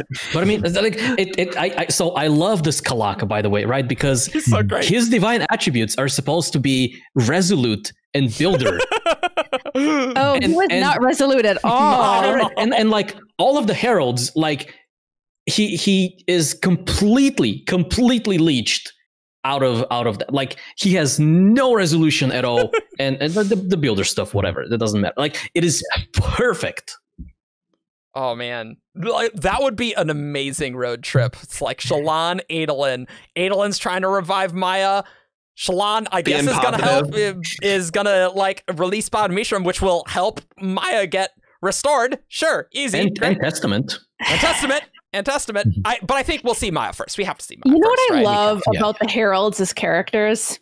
They are just so fed up with being alive. They're like, don't ask me to do anything ever again. And then we know they're gonna have to keep on doing stuff. Like I just love that. You know, it's sort of like, oh yeah, what are we gonna tell them? They were tortured for millennia. I guess asking them to do stuff is kind of beyond the pale. You're right. We'll just leave you alone. You know, I love that they're just like, this is a reasonable request. Please go away. I don't want to interact or do things ever again. I'm just so excited that we can see Ba-Ado-Mishram book 5, not back half stuff. Like that's relevant. Yeah. But like, I'm curious to see like if we can figure out a way to fix the heralds. What are they going to think? Like, think about things. Like, will they decide to be more active? I don't even know what a fixed herald would look like. You know, you know. Well, we kind of see it with like Taln and Ishar when in Oathbringer and in Rhythm of War. Just get a bunch of bondsmiths on a threadmill, just swearing oaths. Mm-hmm. I have an idea. Yes. Hey, so you know how at the end of this entire book that a bunch of Hoyd's memories were erased? Yeah. Yeah. And then you know how like Kelek is like, I don't want to remember. What if they just do it for the purpose of like having like the horrid like memories taken out of their minds? Do you think that's I think it would help? I can't hurt. I don't think it would hurt. I'm just like they were like some memories. Hoyd is like, you can do this so you don't like your mind doesn't deteriorate after all this age, so you can like hold your memories. And Kelek's like, what are you talking about? We don't want these memories. Like, what if they're like, okay, we'll do this whole breast thing, stick our memories in there, and then please delete them. Thanks. Bye. I'm kind of curious why Hoyd wouldn't have tried to help them out if it would be enough, though. You know, like if he could have been like, hey, here's an unsealed metal mind for all you guys. Like he clearly respects at least Taln, maybe not the rest anymore, but he seems reverent of Shalash and Taln when he brings them into the room. Okay. Well, Era 2's after the front half, so Hoyd might not know the full details of unsealed minds, right? Because the Southern Skadrians have been using them for a decent chunk of time, probably, depending on how the timelines shake out. If he wasn't there, and we don't know what Hoyd actually remembers when he gets to Era 2. That's actually a really good point. That's terrifying. Yeah, I wonder how much. We don't know what Hoyd actually knows if what he's lost by the time he gets to Era 2. Like maybe he's kept his core drive. I need to be where I'm needed. But what if he just like knows the very basics and doesn't even realize what he's forgotten about what he knows? Well, how much did? We're on off topic again. Can we like? Didn't even realize. Like I just like we just. We're steering back. We're steering back. We're steering back. We're steering back. We're steering back. I do on the way of steering back. There was a relevant point that I couldn't bring up, and that was that I wonder whether freeing Ba-Ado-Mishram might have an effect on the heralds. Yeah, I was actually kind of considering that too. Because like I don't think it was her imprisonment that made or allowed the heralds to like go insane in the magical way that they're going insane and have gone insane, right? Mm-hmm. I think that will happen to any cognitive shadow that doesn't take preventative measures. That lives for 7,000 years and doesn't have memory magic. Yeah. But I do wonder if Ba-Ado-Mishram like made the problem worse. I could totally buy that, right? Yeah. They didn't think they would be getting worse, so potentially that's like true. they're like Kalak was like, I didn't think we would get worse, but that's like 2,000 years later. But I don't know. Yeah, they probably aren't thinking about time super clearly.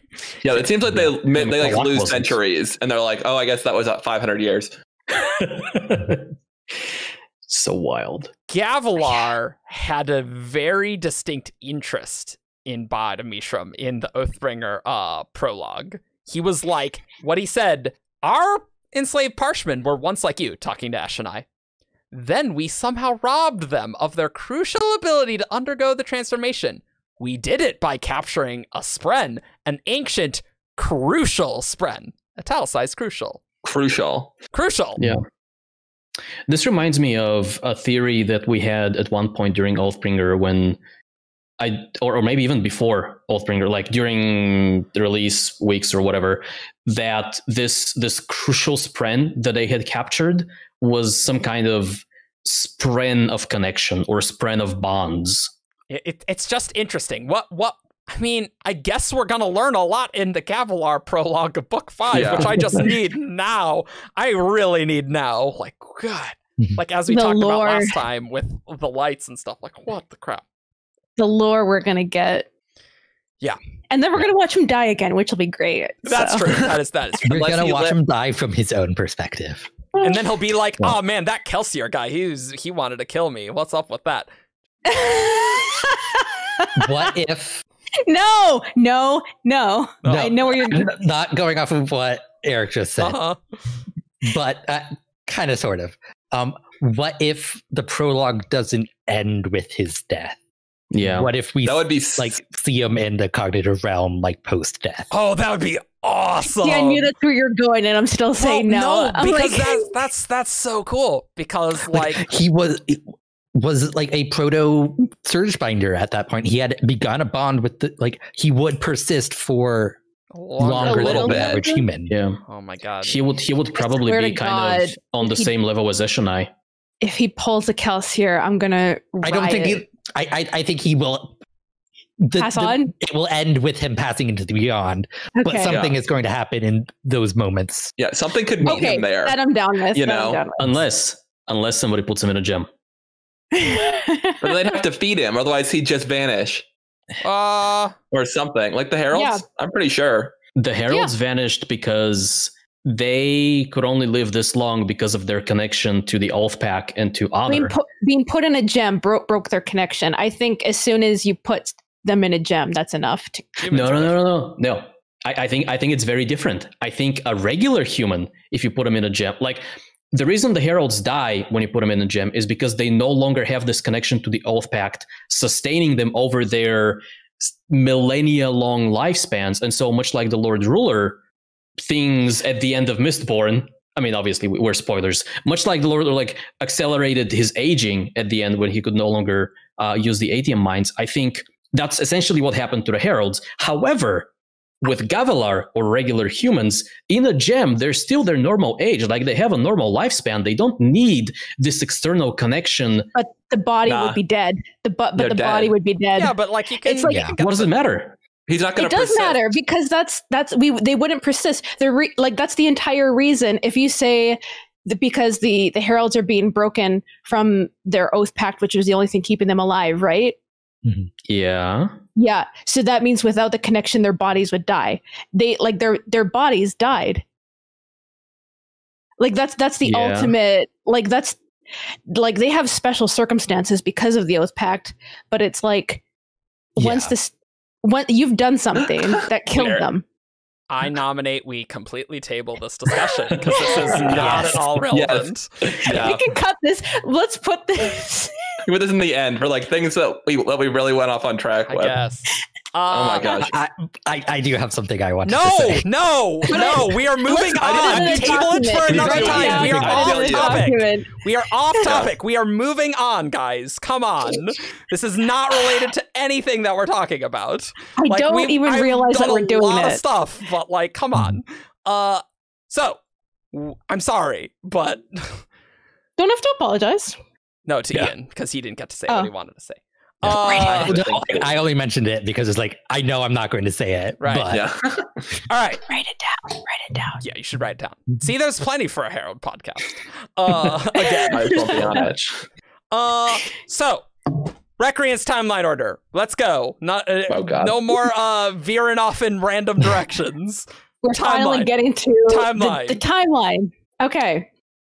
So I want to nail the end posts of this timeline. Okay.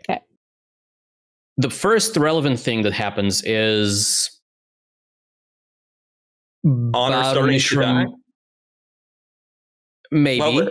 Yeah. Maybe that's a prolonged event, but probably. I was gonna say Ba-Ado-Mishram connects to all the singers, and so like a war begins, and then other things happen. Okay, sure. Yeah. Okay. All right. Yeah.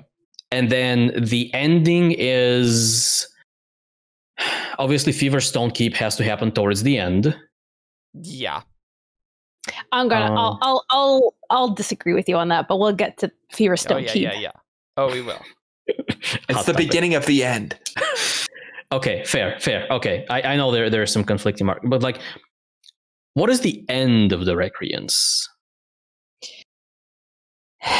When the last Radiant breaks their oath? Except for the Skybreakers, yeah. Yeah, Sand Skybreakers. Yeah. I would agree with that. Okay. I think we can kind work of with off that. screen. Yeah. Mm-hmm. Yeah. Okay, so things that we know that Honor dies after Mishram is sealed away. So right. I don't think we're given a timeline. Do we know if when they reference Honor dying in reference to the Recreance, do they say just around the same time? But we're not told if it's before or after. Yeah. I think the implication is that after. At least Honor witnesses the scene that we see in Dalinar's vision. Yeah. So is alive for that and dies at some unspecified point post that. Yeah. But that's very near the end. Yeah. One of the reasons I want to cast a little bit of doubt on the Feverstone Keep vision is because that we know, this is what me and David were arguing about, is that I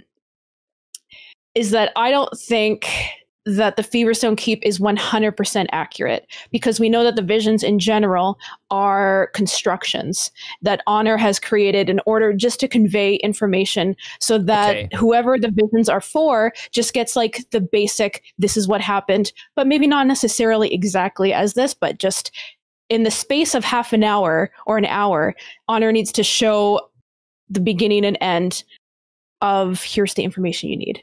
If the Recreance happened over time, like it wasn't a one-day event or it wasn't a 1 hour event, then you can't show the entire thing in the space of an hour. But when you see just some guys, some gals in armor fly down, drop their swords and leave, that gets the idea across and kind of gives the...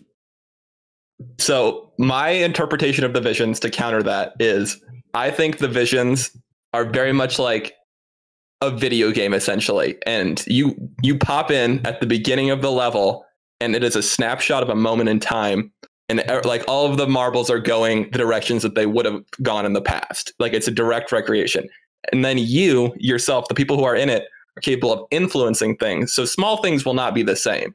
Little things like when Dalinar's freaking out and people are like, what the hell are you talking about? That didn't happen. But like the general events are on a path, and you will probably see more or less what happened with like in broad strokes, with the details being slightly different due to your own influence of being there. And I think that what we saw in that vision more or less directly happened just like that, but I do not believe that encompasses the entirety of the Recreance. I believe that was the first moments when the Radiants began to break their oaths. Yeah.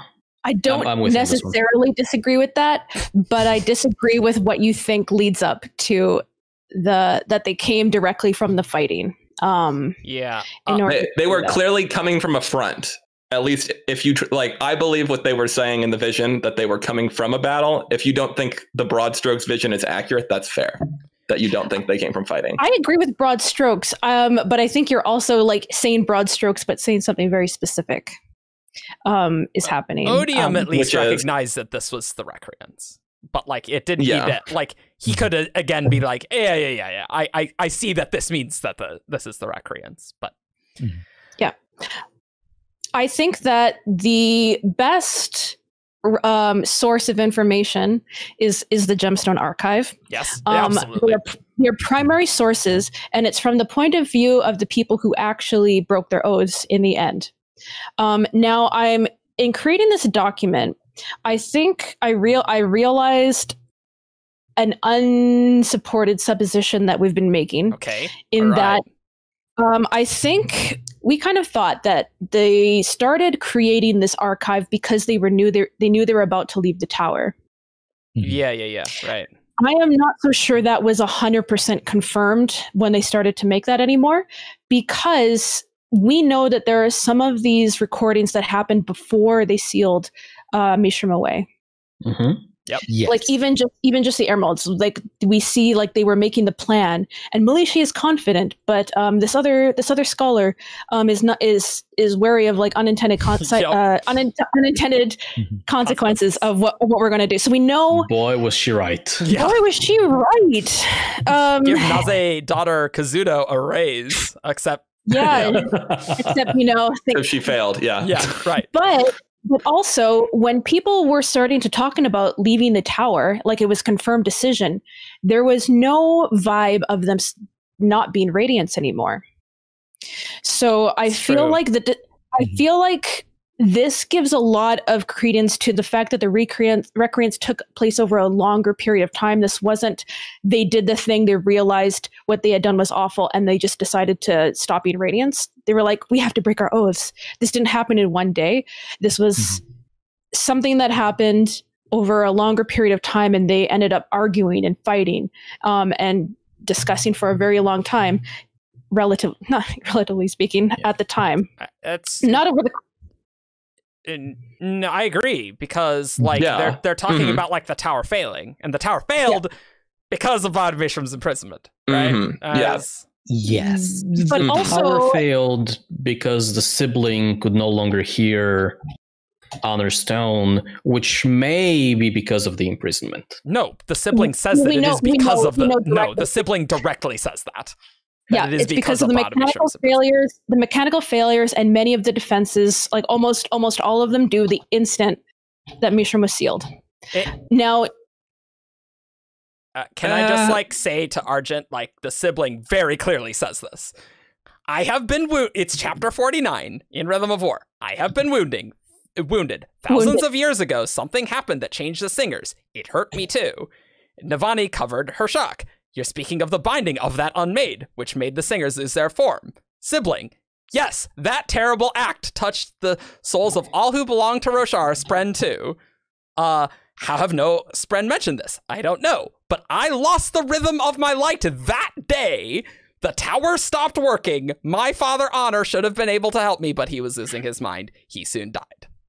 So that's very explicit, and I trust the sibling there. Okay, no. This is correct. Yeah.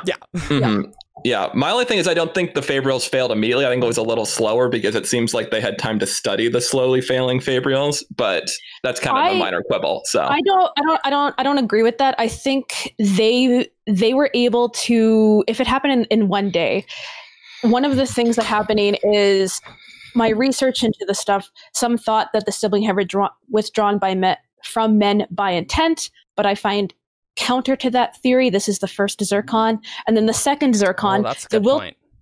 The wilting of plants and the general cooling of the air is disagreeable, yes, but some of the tower's functions remain in place. This is how they found the tower when they got there at the end of Words of Radiance. Yep. Right. This is all the stuff that remained even after the sibling had gone away because of Ba-Ado-Mishram. I guess I just don't think it lost all of its like tower light immediately. Like it would have had kind of like a slowly like grind to a halt. But I think it was pretty quick. Okay, it's not really important. I'm not going to like continue to like either way. Yeah, we might find a little bit more context. Like I'm sure there are suppositions we're making even now, like assumptions we're making as we talk. But this does show that the Radiance did stick around for a little while after, while they were still arguing about whether to leave. But I also think that people were arguing about whether to leave even before they were talking about sealing Mishram away. And the reason I think this is because the sibling and Malishi were fighting, and we know that they were fighting and unhappy with each other even before the Recreance happened. Yeah. Maybe it was part of the decision that led up to the Recreance. We know there was all the other stuff unrelated to Mishram. It was, we destroyed Ashen, and Honor is so mad at us, and I definitely think what they did to the Parsh was part of their final decision, but I think they were already talking about it. I guess before the sibling had come to distrust men by the end. That's why they put the force field in place. Yeah, so which was definitely totally in place before they made that decision for the Parsh, for Mishram. Yeah. So I find 2 points of this entire thing very compelling.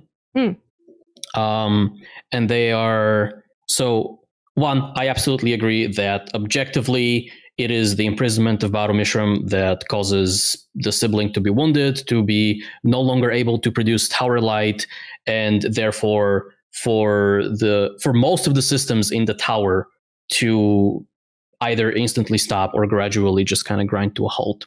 Right.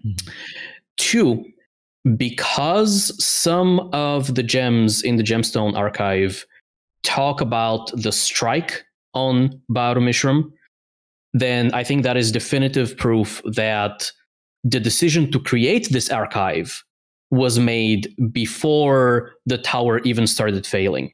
Yes. Yes. And because we have records of the tower failing, then this recording of events, this creation of the archive must have started before the imprisonment and then continued some amount of time after the imprisonment. Yes, absolutely. Yeah. Up until it's abandoned. Yeah. Yeah. I agree with that. Yeah. However, and I don't know if this actually matters, but the first drawer in the first column, whatever, is the series of zircons that talks about the sibling withdrawing and everything. And we don't know the rationale on how these gemstones were organized. I would think that the ones at the beginning are chronologically first, but that may or may not be the case. I think they are also kind of divided by topic. Yeah. Like the zircons are all kind of... It was like Windrunner section, and then it was like Elf Color section. That was kind of my belief. All those kind of zircons that are it's all related to the sibling. But because the Elf Colors were studying it. Yeah. Yeah. Right. Like they just like it was about the same topic because they have similar interests. And one person was giving like, hey, this is what I've been up to, and I'm an Elf Scholar, and I'm a scholar, so I'm talking about what's happened to the tower. And the Windrunner's like, I just want to fly. Like, why would they divide it by order? You know, it's sort of like, why weren't they all the same gem type? Like, I think that was part of it. They wanted to it was also a division of orders. Yeah, I think the gemstones are based off of the order of the person giving the record. I don't think they sorted the archive based off of those gemstones. Okay. Yeah. At least there doesn't appear to be like a pattern that I'm seeing. Yeah. I did put them in Excel at one point and nothing like I had rows and columns with like different colors and nothing struck me as relevant or like organized in there. It's kind of like how in Words of Radiance, when we look at the in-world Words of Radiance, like we have pages, I think, or chapters. Right. We have both, I think. Sure, but that doesn't necessarily mean that we can like look at what they say on page 8 and then look at what they say on page 13 and go, oh, therefore this is what pages 9, 10, 11, and 12. Yeah. Right. No, these are just like excerpts that Brandon is choosing because they're cool. Okay. Yeah. So, I think we can kind of see an order of events, but like we can sort of, I think it's really difficult, you know, because some of them are very clear. It's like, oh, we've made this decision to leave the tower, and like this sucks. So it's sort of like I think the decision to leave the tower was in their organization a separate one from the decision to break their oaths. I think they ended up happening at the same time in the end. Like it was, like they ended up more close in time than they even expected. But I think they were deciding to leave the tower before they actually decided to break their oaths. I think probably to them there were like 2 arguments or more arguments happening at the same time, and they were not necessarily leaving the tower because they were going to break their oaths. I also agree with that. Just to make sure I understand like your point completely. Do you think that they were planning to leave the tower before like the life support system started to fail, or do you think they were okay? Yeah, gotcha. I think because of like the sibling and their total disillusionment with humans, I think some of the Radiants were like, well, but they don't like us. Maybe we should head out and make our base like a different place. like just based on, I wish we could find like the sibling was a little bit more. The sibling is very vague when they talk about what happened in the past, but I wish they'd been a little bit more specific about the order of what happened. I was mad at the humans, and the sibling doesn't care about what the humans are arguing about. The sibling is just mad at all of them. So it makes sense. I have a theory as to why they were starting doing this archive, because like it talks about their perceived worthiness, right? Mhm. And I feel like that has to refer to Honor's ranting and raving that they're going to destroy Roshar, and like that is going through the Radiance, and they're like, yeah, this isn't great. Like it's not like it's the things that they're discussing at the time, right? That's like, Yeah. oof. Mhm. And so that could be a record where like some people are like, no, maybe this is just not okay. Like, Yeah, and like the sibling has this whole point about like how humans will like twist their words, and like they can, through logic, they can just make anything seem true. But like they are so frustrated at Navani's like logicking at them, just like, this is just what humans do, and they can make anything seem okay. I'm sure if I let you talk, you'll just like, this seems like something that has been on the siblings' mind like long before they were starting to fail. Like, I just have this feeling that there were all these conversations that were happening totally unrelated to Mishram being sealed away. Like they were already fighting about why are we being Radiance? Like, this is I agree with that. Our two main spread or orders, like order heads of Honor and the sibling, are so mad at us. I have a question, Eric. When they talk about the perceived worthiness, what is the context of that? Because I remember there was like the citation was something like, but our perceived worthiness is not the cause of that. It's about the sibling, actually. It says something's happening to the sibling. I agree that this is true, but the division among the Knights Radiant is not to blame. Our perceived worthiness is a separate issue. So that seems to me reads as, we have had division, and I feel like Honor ranting and raving about this is the reason why that is the case. This is also the third Zircon, and we know that this happens. The previous two Zircons are about the siblings' failure, so we know this happened after Mishram was sealed. Yeah.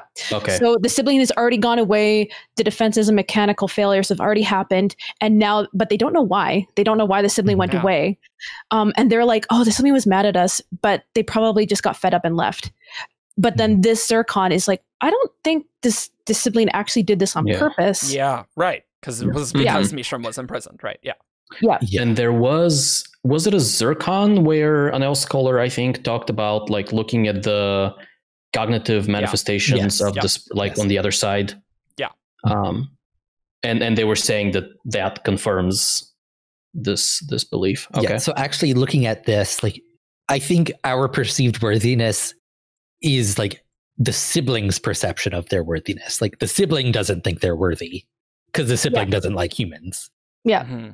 Like, I always thought that was like, the Radiance didn't think they were worthy, or Honor didn't think they were worthy, but it definitely makes way more sense as the sibling.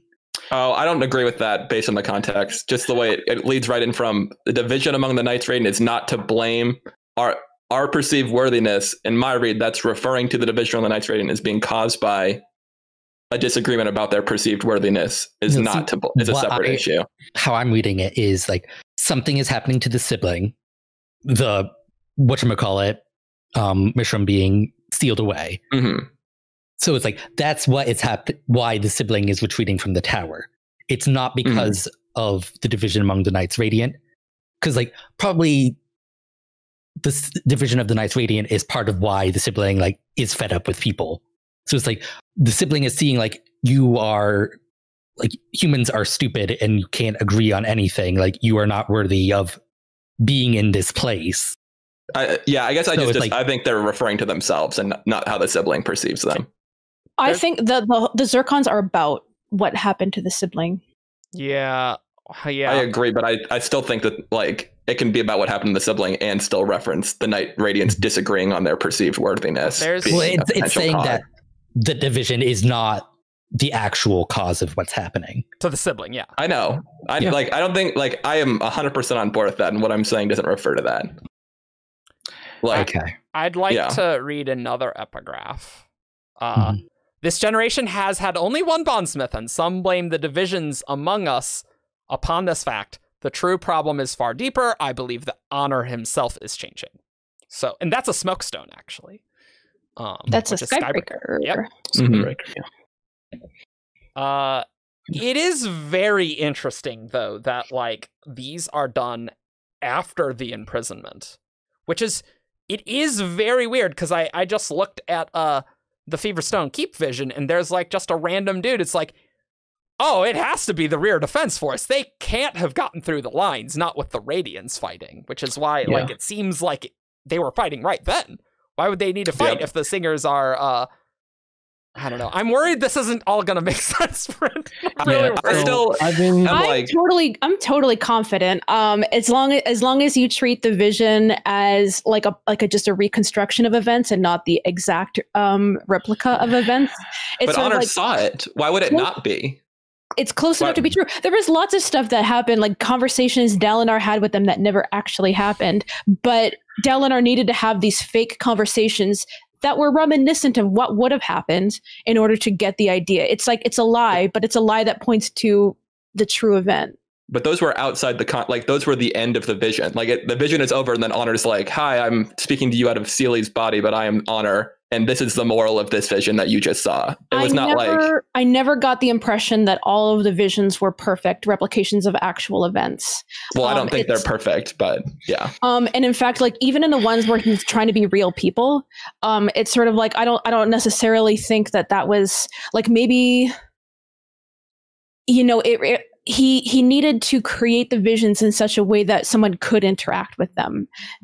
You know, I just don't think there's a way to say that they're perfect replicas. And as soon as you give way on the fact that they're not perfect replicas, then that throws them like the historical accuracy of them all. Like who knows what, like 1 to 5% of it has been actually changed. The fact that I just can't see the fact that you posited this theory, and I don't know if you still hold to this idea of the fact that all of these how many, like hundreds of radiants, like in the Feverstone Keep vision. It's about 300, I think. Yeah, 300. Like it's sort of like if we know that this was organized. To the fact that we know that all the Spren agreed that this was a group unanimous agreement since Skybreakers. Right. I just can't see how that fits in with them dropping their weapons in shock on the battlefield and then, but not breaking their oaths, then deciding to get together in a group of 100 all at once and then go to somewhere else and then drop their oaths. Like it's sort of like.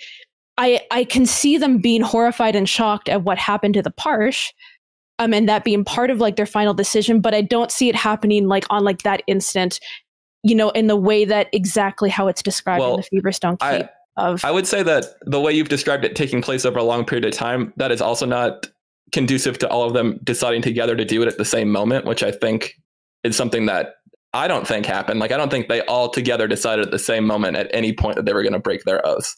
The way I really see it happening is that a specific number of Windrunners and Stonewards, who I think out of all of the Radiants have the ideals that are most directly opposed to what happened there and would be like most obviously horrified and are the ones who would be fighting on the front lines, saw what happened, and a large complement of their order was like, I'm out. And it didn't convince everybody, but they and their Spren were like, we're leaving. And then over the course of the next 10 years or so, as the tower is failing, other Radiants come to the same decision more slowly. And over time, they all abandon, and eventually every Radiant and their Spren come to the same decision that they are going to break their oaths and die. So, with maybe a few small exceptions, because there always are a couple. This is really tricky. Because, yeah, if it happens slower, why? It's a lot of Radiants breaking their oath. Why were the Spren in the cognitive realm so surprised and shocked if it happened over the course of 10 years. Yeah, well, right, like, exactly, well, right? Yeah. Well, It's like, why, like, if a bunch of like Deadeye suddenly appeared, why wouldn't the other Radiants go, oh my god, we Maybe can't should do this either? Yeah. So it's sort of like I do, even though I think, like, you know, Kaladin has this whole like thing of like, maybe this just was a bunch of like slow fade of the Radiants, but like I just don't think like the Radiants would do that, and like that doesn't track with the Spren, like Maya being surprised and said we didn't know this was going to happen. Right, exactly. This, you know, it's sort of like, I think we are being led mostly to believe that this was an organized event, that they decided on a time and place that they were going to do this. I disagree. Well, I just can't see, it requires too many people at the time to be dumb. Well, but Ivory, not Ivory, what's her name? What is the name of the ink spren? Blended says pretty specifically, like, all of the Windrunner spren ultimately did die, so there was nobody to really pass on what had happened. Sure. But she says to herself, she's like, the ink spren, like, we should have known this. Some of us lived. We decided not to look at the truth that was right in front of us, which was, they basically made the decision they weren't going to look too hard at what had happened and they were going to choose to blame the humans. I don't know. It might be long. I would say maybe shorter than 10 years, but I think that I would be like, can I read the Kaladin thing just so like that's do it. Yeah, because I went and found it. Okay, cool. Let's see. The Recreance, he said to Syl. I always imagined it as a single event. A day the knights all gave up their shards like in Dalinar's vision. But I don't think it actually happened like that. Then how, Syl asked. Like this, Kaladin said. He squinted, watching the light of a setting sun play on the ocean. They found out something they couldn't ignore. Eventually, they had to face it. You know what I like about that is that it's Kaladin agreeing with the vision. Yeah, you knew what I was going to say. I know, but I still think that the vision could have factually happened, but it wasn't globally like Dalinar's vision. Here's also, can I quote Blended again? Sure. Yeah, go for it. This is in the trial. Honored one. I was alive when men betrayed us. Unlike the honor spren, my kind were not so foolish as to assign all as radiant spren. We lost over half our numbers, but some of us watched from outside. We know that if these else callers weren't there at the first event of like shock and horror, like, but you know, it's sort of like maybe they didn't dig too deep, but they also like were aware of what was happening. And I just can't see how this could happen so piecemeal. You know, maybe like I can totally see them losing faith, but not deciding to break their oaths until a later time. You know, like struggling with the question, but it's the whole doing it on the spot that you describe, like that first in the moment of shock and horror that like a bunch of 300 of them decide they're going to do it like right then and there. I just don't buy. Like I just can't see that. My issue is if thinking about it.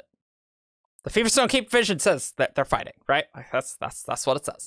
And I don't think it's whole cloth. Like even if there are things that are different, I think the broad picture that is outlined there, that is a fortress with Radiants fighting on a front that come back and betray their oaths, is as it happened. So maybe they did. Maybe this was like the way they decided they were going to do it. Maybe they weren't actually coming. Maybe like they had made their decision before they went to the front lines. We just don't know. If 300 Radiants gave up their shards immediately, why is that not mentioned in the gem archive? If like that happens the day Ba-Ado-Mishram is imprisoned, why is that just not a thing they're talking about in the gem archive? Wouldn't that be like a major thing they're talking about? It's like, yeah, well, you know, the sibling is yeah, that's kind of weird, but let's ignore like the fact that, you know, we just murdered 300 spren or things. It's like that part's incongruous to me. Yeah, you know? I also think this is a world before span reads. True. Like, yeah. Communication like is primitive. Like, the people in Feverstone Keep assume like these are people coming from the front lines and like fighting the devils at the front lines, whatever that means. That doesn't mean like there was active fighting going on at that point in time. Like the fighting could have stopped like some amount of time beforehand, and like news just hasn't reached Feverstone Keep. I'm kind of in between Gray and David on this. Like, I don't think it was a singular moment in time, but I don't think it was over the course of 10 years. Like, I think over the course of a month is much more plausible. Sure. 10 10 years possible. was just me kind of saying longer than a single moment, but I have no specific feelings about the length. I'm 10 in years is a between. long time. I'm in between like an event of 1 or 2 days versus like maybe up to a month. Like I think if once you decide on something like that, it seems pretty unanimous that they all got on board. Timeline. The false desolation's occurring. Mhm. They're making the gem archive because Honor is going crazy, right? That I think that's plausible. That is I a think so. reason to start recording things. And They're or the sure. sibling is mad at them. Yeah. Ba-Ado-Mishram's imprisoned. The sibling fails.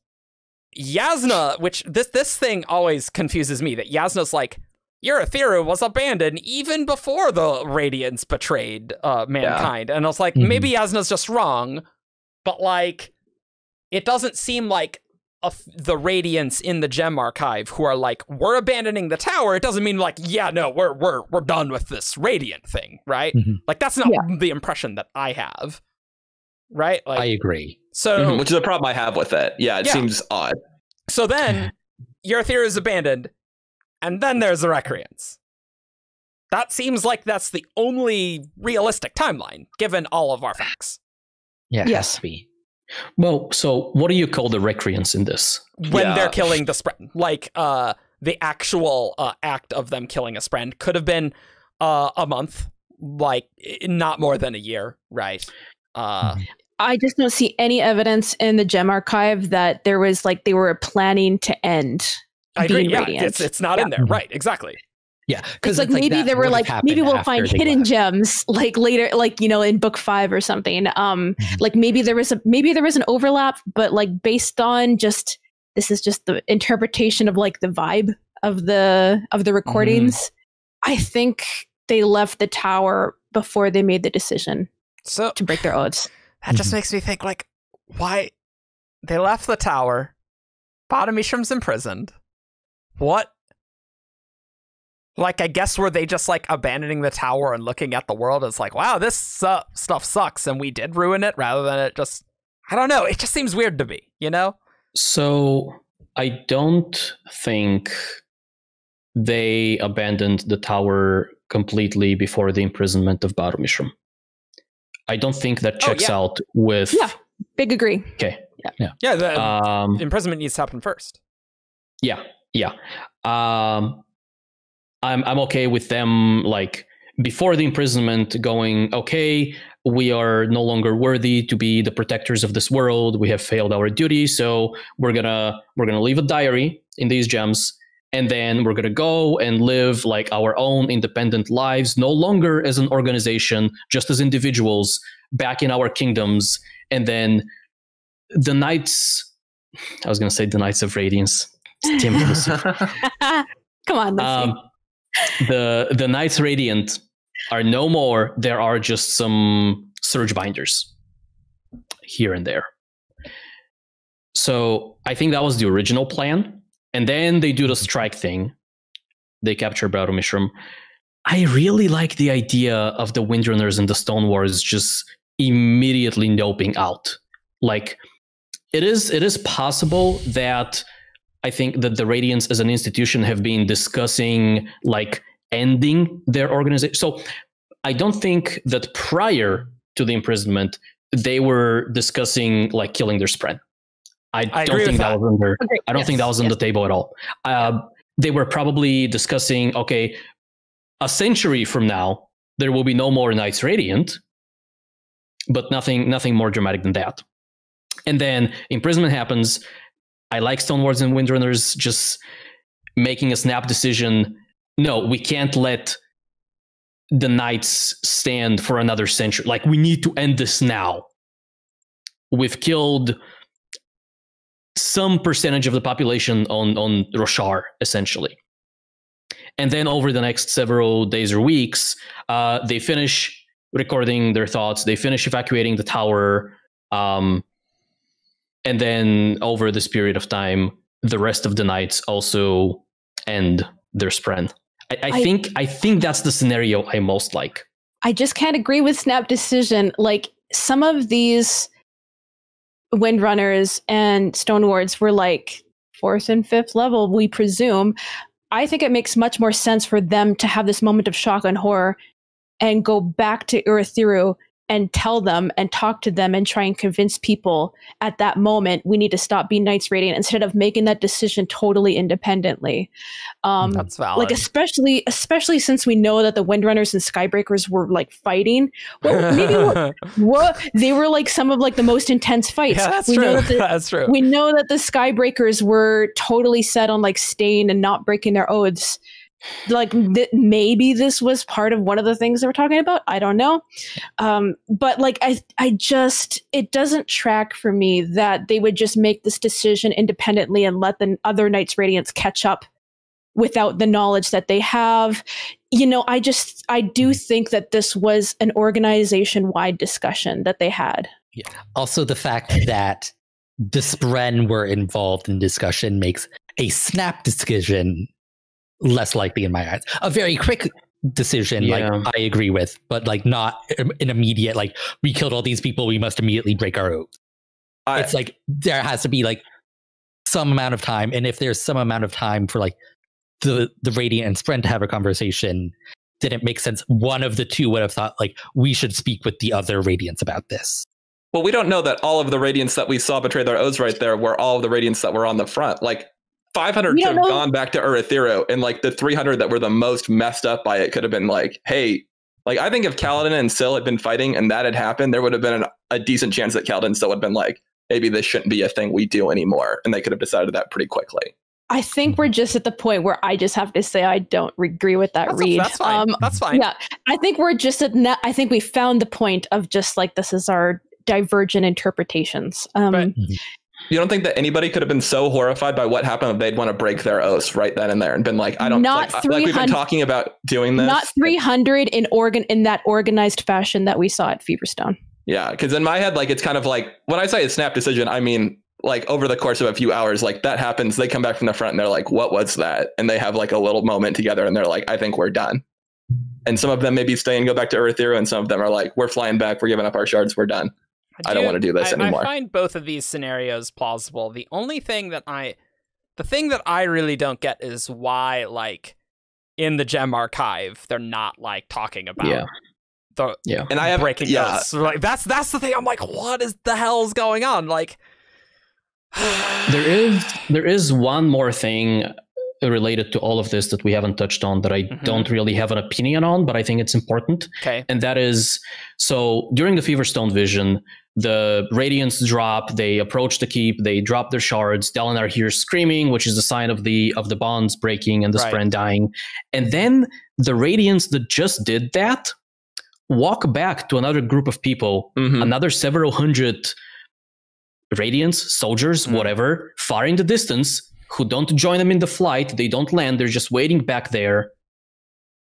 Who are these people? I have no idea. I think it's maybe other Radiants.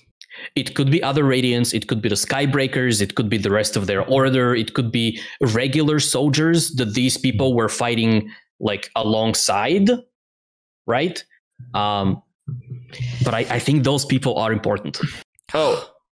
And the other reason that I do think that there is truth to the Feverstone vision is because there is a line from the Word of Radiance book where it seems to imply that after the Radiants gave their blades, that they got slaughtered by the people who picked them up, which at least that's my interpretation of it. And so I could see that being pretty what happens pretty immediately after Feverstone Keep is they start fighting and then they're like the wicked thing of eminence. And like, so... I mean, we might as well talk about that, right? Like, let's read that quote from Words of Radiance. Maybe which I accept is like a much less valid source than the direct source that should be the Gemstone Archive. The Gem Archives are like that. That is definitely what those Radiants felt, right? For sure. All right. So this is Words of Radiance, chapter 38, page 6.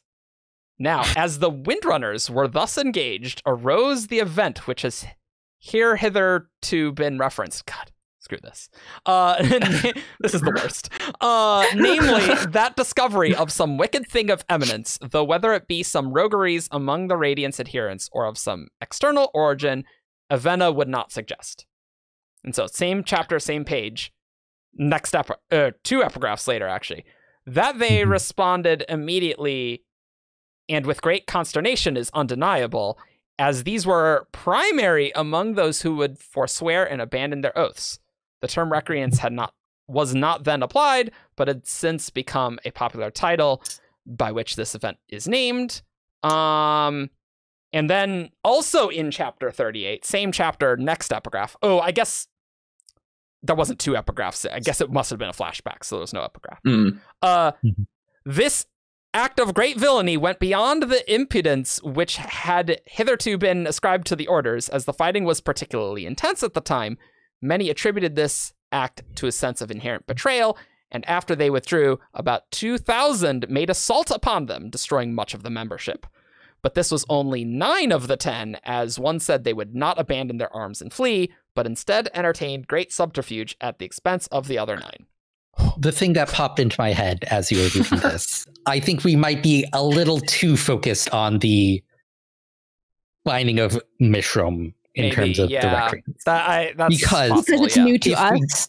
Because if we go to the diagram epigraphs, one of the coded messages, it was like, hold the secret that broke the Night's Radiant. You may need it when the orders return. Right. That secret was the fact that humans were not native to Roshar. Right. True. Yeah. That is also... That's So true. it's like, I think we might be trying to ascribe everything to Mishram, where like some of these clues are pointed to something else. The thing... Yeah. True. The thing that bothers me, like, if the Recreance happened longer, like, wouldn't some of the Spren feel a little different about what they were planning to do if they knew that they would become Deadeyes? That's my problem at this stage, right? And we know that Radiance with, like, let's suppose the Feverstone Keep did happen chronologically first, whether that's like hours or months, like a month ahead of like the full decision or whatever. Right. We know that the Else Callers, people who have like that closer cognitive association and would that's my guess, that they would probably be the best to tell that something had happened to the Spren in the cognitive realm. Sure, right. Like that they would know ahead of time. That they would have been able to see. And I do totally agree that this would have changed their decision if they knew that they were actually going to die. I think so, right? Like, it's not like, I don't think any of the Spren knew that what was about to happen to them. Yeah. When they agreed to break the oaths. Yeah. Like, one of my things is, like, even in the Feverstone Keep vision, they don't know that they came from the front. They think they came from the front, because that's the only thing that they can imagine. It's like, why would they come back here? We don't know whether they actually did come from the front or not. That could also just be like the surprise and wonder of, like, why else would they be here? It's like, I think it's sort of like, but if their purpose was already decided ahead of time of breaking their oaths, they might not necessarily have come straight from that initial shock and horror moment. It could have been, we've decided this is where we're going to go. We know that Feverstone Keep from another even Gemstone archive has been mentioned before. The enemy makes another push towards Feverstone. Yeah. We know that this was a focus of fighting. Maybe this is just one of, like, the most dramatic places they could think to make their breaking. Just, it's like, it's another... Oh yeah, no, I accept that. I just I think that's totally plausible. Another thing I'm thinking about is Maya says that, like, the Spren didn't know. And I'm wondering if it's not that they didn't know they would become Deadeyes, or they didn't know what being Deadeyes meant. Because it's like, not like fair. They could interview, like, the Deadeyes to find out, like, what are you experiencing in this state? It's like so it's like it could have happened over a longer period of time. Like, they're seeing, like, these Deadeyes being created, but they don't. It's too early. They don't really understand what is happening. So it's like they're going into this, like, knowing, like, okay, like, this thing is going to happen to me. It's like they seem to be in pain. It's like they implied they thought pain was a possibility. I can see that confusion lasting for a couple days, but I think like over the course of like a month, as they're trying to follow these corpses around, as all these new people have grabbed the swords and are starting to run around and kill each other with them. Like, it's sort of like, I buy that, but only for like the shortest period of time. It's sort of like there are hours and we're still, maybe they saw it once. Right. Yeah. Yeah. I have two thoughts on that. But go ahead, Ian. Okay. Well, it's Deadeyes only show up in the spiritual realm, not the spiritual realm, the cognitive realm, when their blade isn't summoned. Correct? Oh, okay, all right, okay. Yeah, in the physical realm, they had no way of knowing that there were Deadeyes. Oh, because they didn't have the gem on them yet. They wouldn't have even appeared. Yeah. Oh, okay. All right. That is there we go. Okay. That's really interesting. That wouldn't happen. That could help it make like spread over a longer period of time. And that was decades later when they found out that they could do the gemstone bond. Mhm. They were just Okay. Okay. That changes everything. It does. It really does change everything, honestly. Yeah. Ian, you saved makes us. sense now. That helped a lot. Yes. Yes. Yeah. Okay. That doesn't have to just be a couple of days. It could have been. Yeah. Yeah, and I This also is why think, Shardcast is awesome. It forces us to talk things through. Yeah, and I also put like a lot of credence in what you said about not having span reads. Like every piece of information that anybody gets has to be flown by a Windrunner or a Skybreaker from across the continent. Yeah, seriously. And so I could see like them not knowing what happened at Feverstone Keep for days or weeks potentially, unless somebody went out there to go check on them. Mm-hmm. You know, And, like, if- or it wouldn't have been clear even what had happened immediately unless they started talking to people who saw what happened. And like, depending on when Eurythera was abandoned, like then communication just gets even harder, right? Oh, Then, true. Right? Yeah. Like it's even okay, worse. Yeah. I can see there being an overlap, but we'll see. We'll see. We'll see. Yeah, we'll find out. They can just walk from Abama Bar to Eurythera. Yeah. through the Obviously. tunnels below. You know, easy. Yeah. That was a really good insight, Ian. That's that was good. Yeah, Thank because you. that's Yes. essential. Because why wouldn't else callers just look in the cognitive realm and see them, right? But they're summoned, and they wouldn't quite understand. What had happened until they got the gemstones. Yeah, because this Yeah. whole summoning thing, they're just like, I mean, I just have a Spren. I that instantly summoned them. explains- It's not a problem. That explains like the current like living Spren who were around at that time. That explains like why there wasn't like that overnight like, oh man, there's never been Deadeyes before. That explains why there was such like a Spren are almost gone, and they don't almost know a why. confusion. Yeah. And then they eventually were like, oh, this happened because of the oath breaking. Yeah, they'd probably Oh. figure out that the people, the Spren that were bonded, are no longer around, right? They would be able to figure that out for sure. Yeah, but it totally, it explains like why they're confused, not necessarily all on the same page about what happened that day. Like the honor sprints say that day, and so I think like that's the story that they all believe. The honest like, Spren don't even- know. They have no idea. Yeah. They're all dead except The ink sprint, like they Yeah. blended as like, yeah, we were around, we watched it happen, but in the context of like the fact that it could possibly have been a decade after they died before they realized that they were a Deadeyes.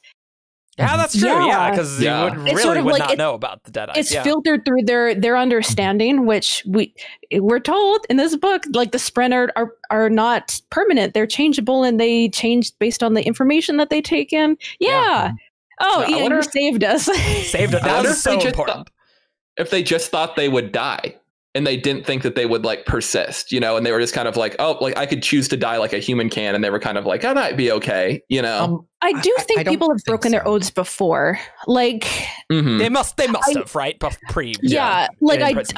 100%, and I True. don't, and I'm sure they thought like it would like this will just happen like the way that other like humans breaking their oaths happen. Like we're doing this on purpose.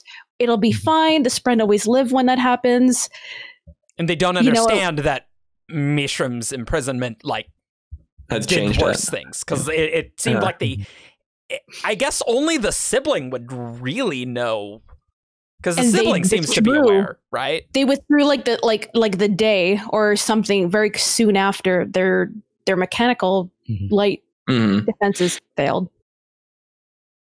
Well, but so the sibling could have kind of figured that out in retrospect. Like, I guess 'cause that's true.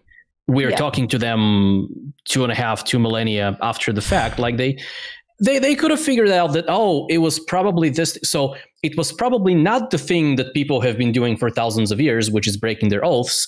It was probably the thing that they've never done before, which was imprisoning Ba-Ado-Mishram. That was the problem. This timeline actually makes a lot more sense with Malishi in particular because Mhm. Malishi would then like is bonded with the sibling, goes to Mhm. imprison Mishram, the sibling is now cannot create tower light after that, right? Mm-hmm. And maybe that is like I don't know if like that itself broke their bond or something, but like that could like help explain why, Malishi is no longer that bondsmith. But regardless, they broke their bond, whatever that means, prior towards the formal Recreance. Not that it was formal, right? Yeah. Uh-huh. Also, Malishi would have instantly known that something was wrong. Like, Ba-Ado-Mishram turns into a spread in a gem, and then, like, moments after that, Malishi would know that this is a problem, if not for all Radiants, then at least for him. I have a crack theory. Are you ready? Okay. Go for it. Because if Malishi immediately knows about the sibling, why are they discussing, like, I don't know why this happened to the sibling, right? Mm-hmm. Crack theory, Malishi died right after Ba-Ado-Mishram was imprisoned, or like a herald murdered them or something. I saw where you were leading like a second. I was like, because then the sibling doesn't die in the Recreance because Malishi hasn't broken the bond, because he didn't break the bond, right? Like I think that is the easiest way, because how else could he break the bond? Like after Mishram was imprisoned, that would have made Dead Eyes, right? We have no idea. Nothing is said about Malishi after the Recreance. Not at all. That is this is a very good point. Yeah. I will also say, like, as a bondsmith, like, if anybody could sever the bond, like, it would be a bondsmith. That's true. But who knows how like weakened he is with the sibling? Exactly. I will also ask the question of, when did Malishi install the force field, like soul casting Fabrial? Was that after the tower broke? Because like it was designed to work off of stormlight. But some of the Fabrials, but a lot of the added Fabrials could work off stormlight, as they showed. Yeah, true. Right, yeah. But it does tap into the sibling's heart directly, which is a little different than So actually, they did replace a lot of the Fabrials with like modern they took the old gems out and put in like new conjoiners and new reversers because they were more efficient. They improved some of them, but Raboniel says pretty specifically, like, some of the Fabrials that were added to the core systems could run off of stormlight. I think that might be referring to the ones that like the modern day people have added on. Perhaps, but she hasn't had a chance to inspect or reflect to see if she doesn't know much of what the humans can and cannot do with Fabrials. So I don't think she knows that they've improved Fabrials or has that kind of intelligence. I just think just based on how fast we knew, I think that we're guessing like the sibling withdrew pretty quick after their light failed. Yeah, I think that new system, that new shield had to have been added before. Yeah, I think so. Yeah. The sibling talks about how there were plans to install many of these nodes throughout the tower, but they only got to the first 4, like on the lower levels. Yeah, right.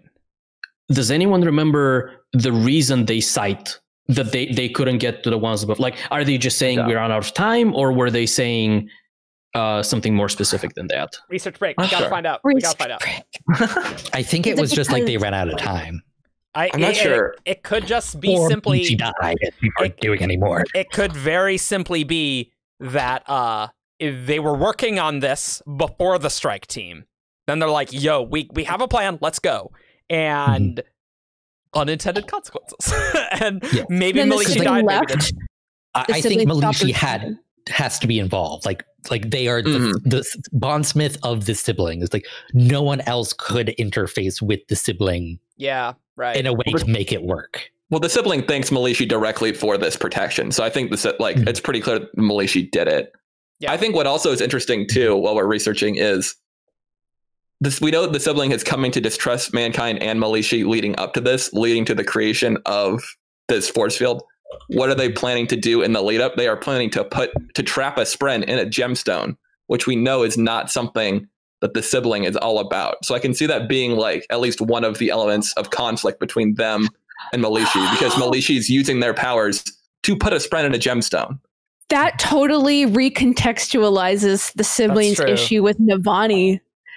I don't know which direction that goes.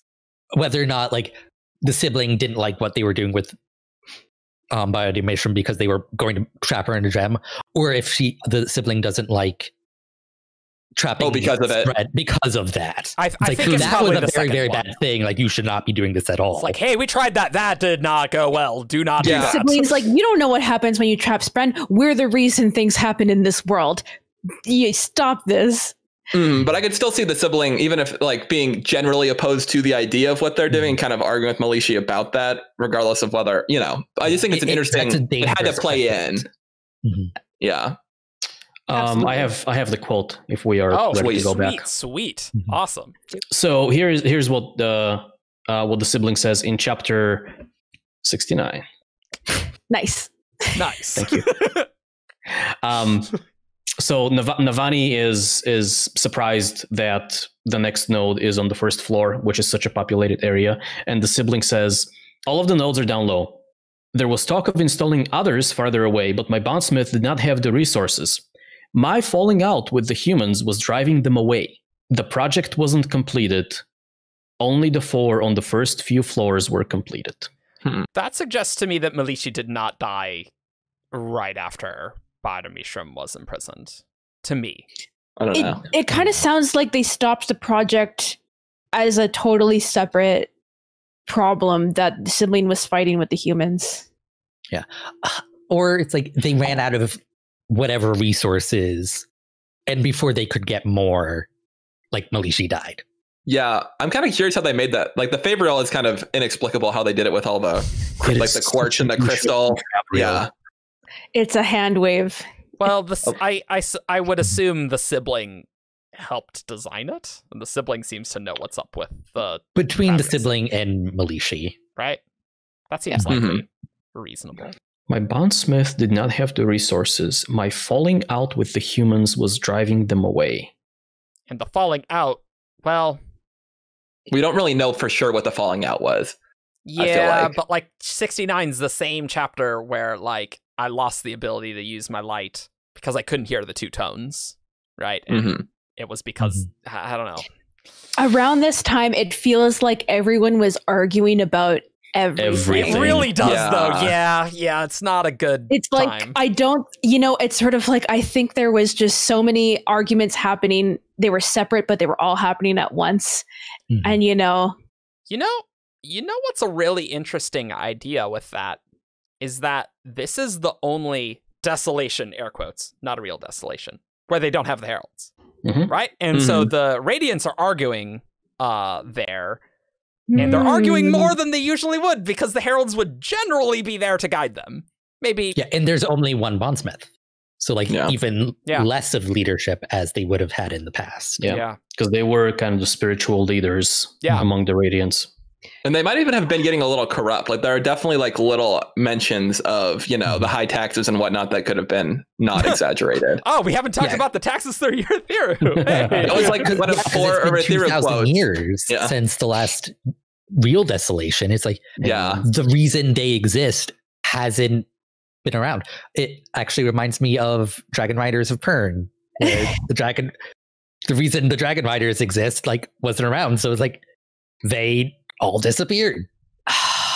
I'm just like, what happens to an organization after 2,000 years when you've existed as the Knights Radiant? But what does the Knights Radiant mean when there are no desolations? Yeah. I wouldn't be surprised if they had started kind of taking over some of the Silver Kingdoms a little bit. Like we know that the Windrunners were strong in Alethela, and they were starting to associate the eye color with leadership. So I wouldn't be surprised if maybe not all of them are not as directly, but they were starting to have a lot of influence in government and things they might not have traditionally been involved in. Yeah, it's kind of like how in a lot of traditional fantasy, you have wizards or sorcerers just being naturally regarded as people who have innate political power, like Aes Sedai from the Wheel of Time. They don't have official political power, but a lot of kings and noble people are just happy to have them on their side. Like the Jedi on Coruscant and the prequels, it's like I was just talking about this. It was like, what do you do when you're this theoretically separate organization, but you're powerful and you've existed for thousands of years, and now you're friends and you have connections with all the leaders of all the governments. Like, politicians only have so much power, right? They probably didn't intend to do this on purpose. It's just like, wow, you, king of this place, are sucking a lot. I will help you. And then it slowly erodes norms. And it just reminds me of, like, Dalinar, leader of Radiance and Oathbringer, versus Elhokar, moron king of Alethkar. And it's like, well, we all know who has the real power here, right? Like, realistically. Yeah. Not a problem with Yasna, though. Not a problem. Though how the political structure exactly works in the Coalition of Monarchs is slightly odd. I think I really benefited from just this conversation and realizing how many things were actually going on at the same time. Like, Ba-Ado-Mishram, definitely part of this, and and I think that it's new and shiny to us as readers. It's the new information. Yeah, it's great. But yeah, wow, there was a lot of stuff going on at this time. It was like Honor died, the revelations about we're the invaders, and like we were already fighting about all this stuff, and people are and we see all these complaints about all the rules that you're through, and we hate being here, and it just wow. And think about the chaos after the Recreance, right? Like, of people with shard blades who without oaths, not good. Yeah, it's like everything came to a head at once. It's like a certain number of fewer things had happened. Like if Honor had been fine, like hadn't already been dying, like he could have like calmed everybody down. It's like, okay, like we will get through this. But like because he was like it's mentioned that like in times past when like people found out that humans are not native, like Honor was always there to like console them as like, it's okay. Your cause is just. Your cause is just. Yeah. Honor wasn't able to do that this time around. It's like everything just happened at once. I have one more Ba-Ado-Mishram theory. Ba-Ado-Mishram did cause the false desolation because Honor was dying, and she could get away with this stuff, right? Like she could, like presumably, like it was like, yeah, no, I can. Maybe not the intent of breaking the Radiance, but it's like, no, the enemy is weak. The fused aren't coming. I need to do something, right? Like, I think that's a very reasonable motivation for Ba-Ado-Mishram to actually, like, do something. No, she probably saw an opportunity and took it. Yeah, that's what Odium would want. Strong passion. She wanted to be a little god. Yeah. She wanted to be a big god. Odium would be proud or something. I don't know. Why was Honor dying? Unclear. I don't know. Unclear. Book 5, baby. Well, I don't know if we'll get that only. Could it be involved with what Ba-Ado-Mishram was doing? Well, I'll have you know, in my question list, it's like, did Ba-Ado-Mishram's damage Honor? Like, did that imprisonment damage Honor somehow? Well, not her imprisonment, like her connecting to everyone. Like, if that theoretically invested Odium into Roshar, did that open Honor up to a new avenue for Odium attacking? Yeah, with her connecting, like experimenting, and then when she was settled, she realized I can do something with this. I still think Honor's death was a long-term thing, though.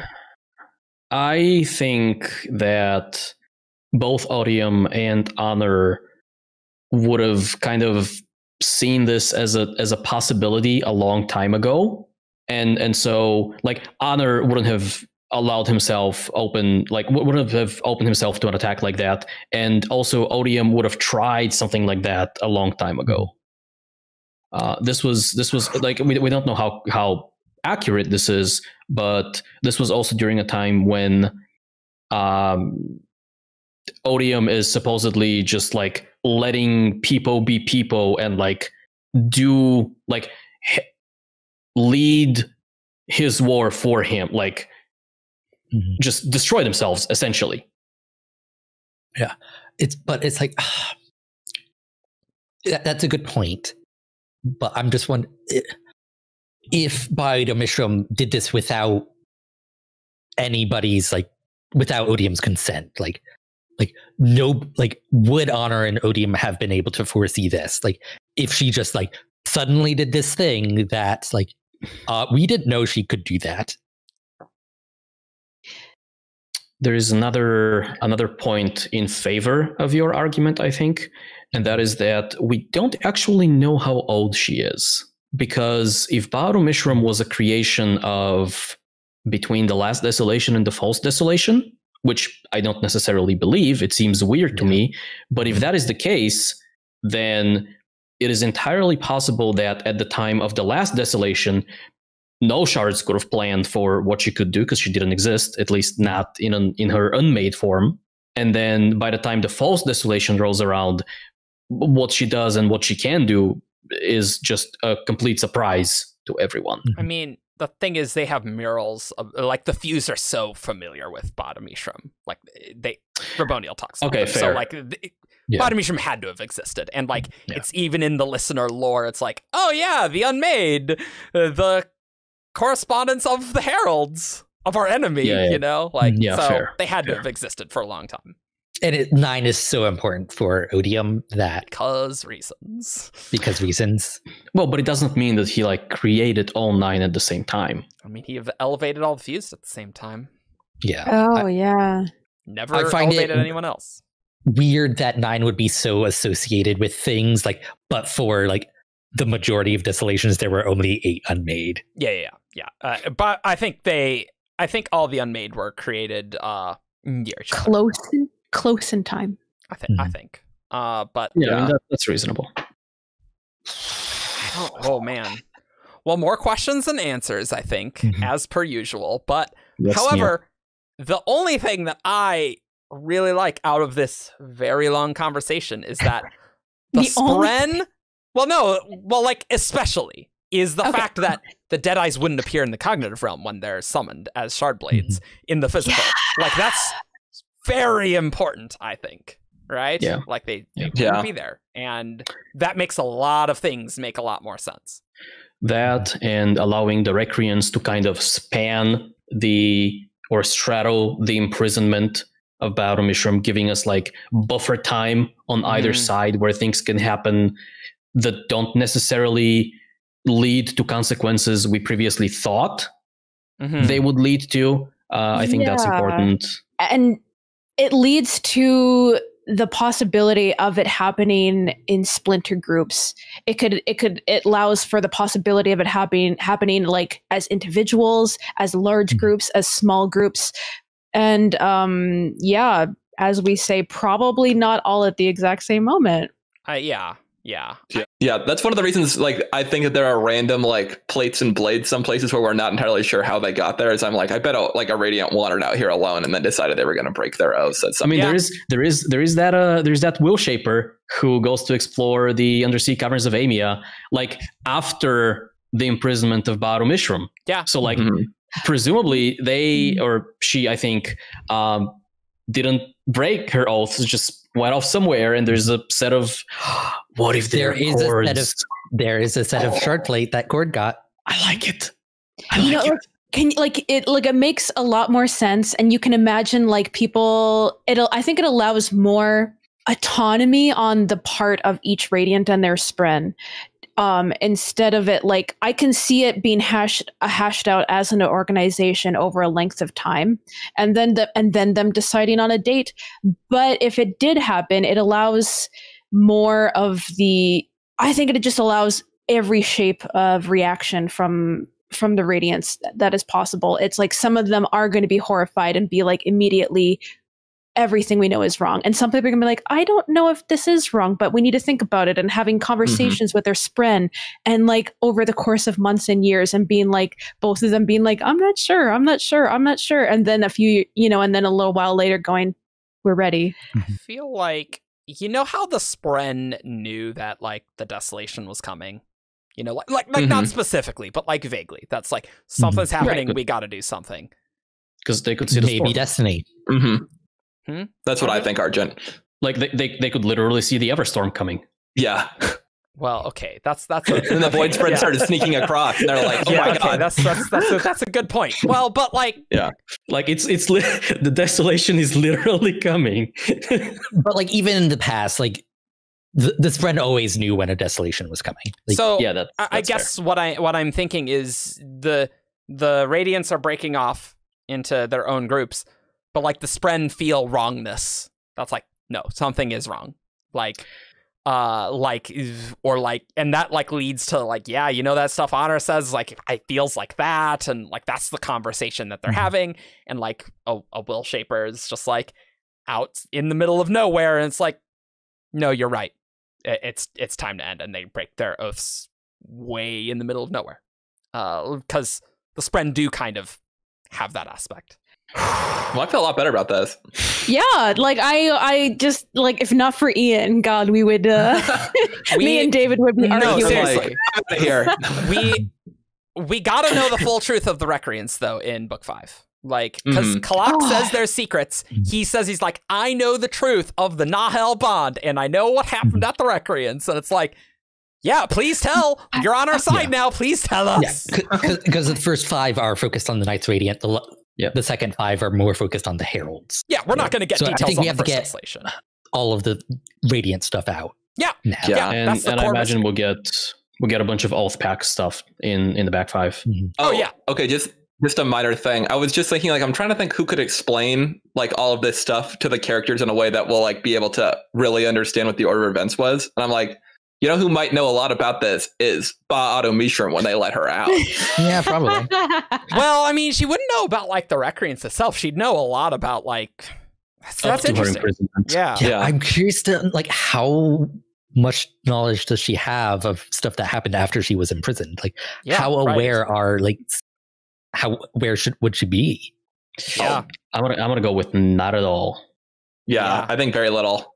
Yeah. I think maybe if someone was holding the gemstone, they could talk to her. But I don't Potentially. That's possible. beyond that. I don't think. Oh yeah, because didn't the Ghost Bloods or maybe Kalak think that that's what the Fused wanted? No, the Ghost Bloods wanted Shallan to put Kalak in a gem, supposedly so they can talk to him. Yeah. Yeah. But they were wouldn't just work, but they didn't know that. Yeah. Yeah, Right. yeah, They yeah, didn't know that. Those dummies. They are dumb. Or it's like they wanted it to get access to the information he knew, whether that involved speaking or other Mhm. methods of extracting information Well, from I investiture. know. Big same. Ugh. Oh, Yeah, it's like- there are and he would- things that can extract information from the soul, says that sleepless woman. Mm-hmm. and I feel like he wouldn't be cooperative to the people who killed him. No, you know? Like, absolutely it's like he's not. going to be like, okay, here's what I know. But, like- Kalak is so sarcastic. He is so contemptuous. Oh, I know. His It's epigraphs hilarious. are like dripping with condescension. And I It love how only it's like, took wow, it only 6,000. took the Fused 7,000 7,000 years to figure this out. But it is Yeah. interesting. One last thing about Ba-Ado-Mishram.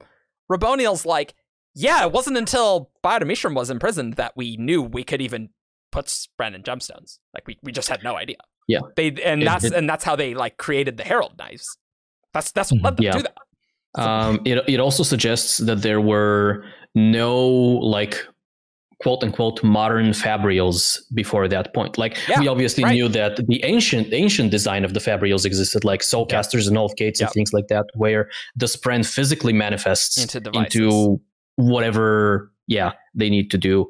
But it was the imprisonment of Ba-Ado-Mishram that like showed everyone, human and Singer alike, that you can stuff transformative, cognitive, manifestation, whatever, Spren in a gem.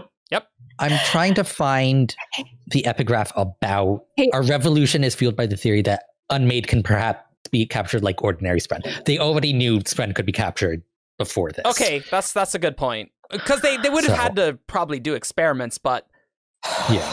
the Fuse didn't. But Yeah. but maybe that's So still it's like like- new, right? I think that's post last but- desolation. Yeah, they yeah. discovered like, oh, hey, we can capture Spren. In that last So it's like, but the like- Fuse wouldn't know. But like Yuri Thiru is full of as far as we know, irregular fabrials.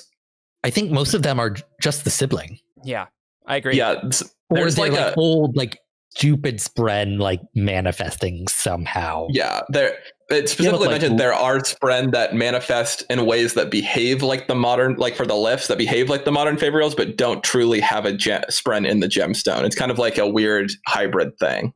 Yeah, but they behave like reversers or whatever. I think we got it. I mean, it's on our list, so we're gonna do a sibling podcast, obviously. Yeah, pretty clearly.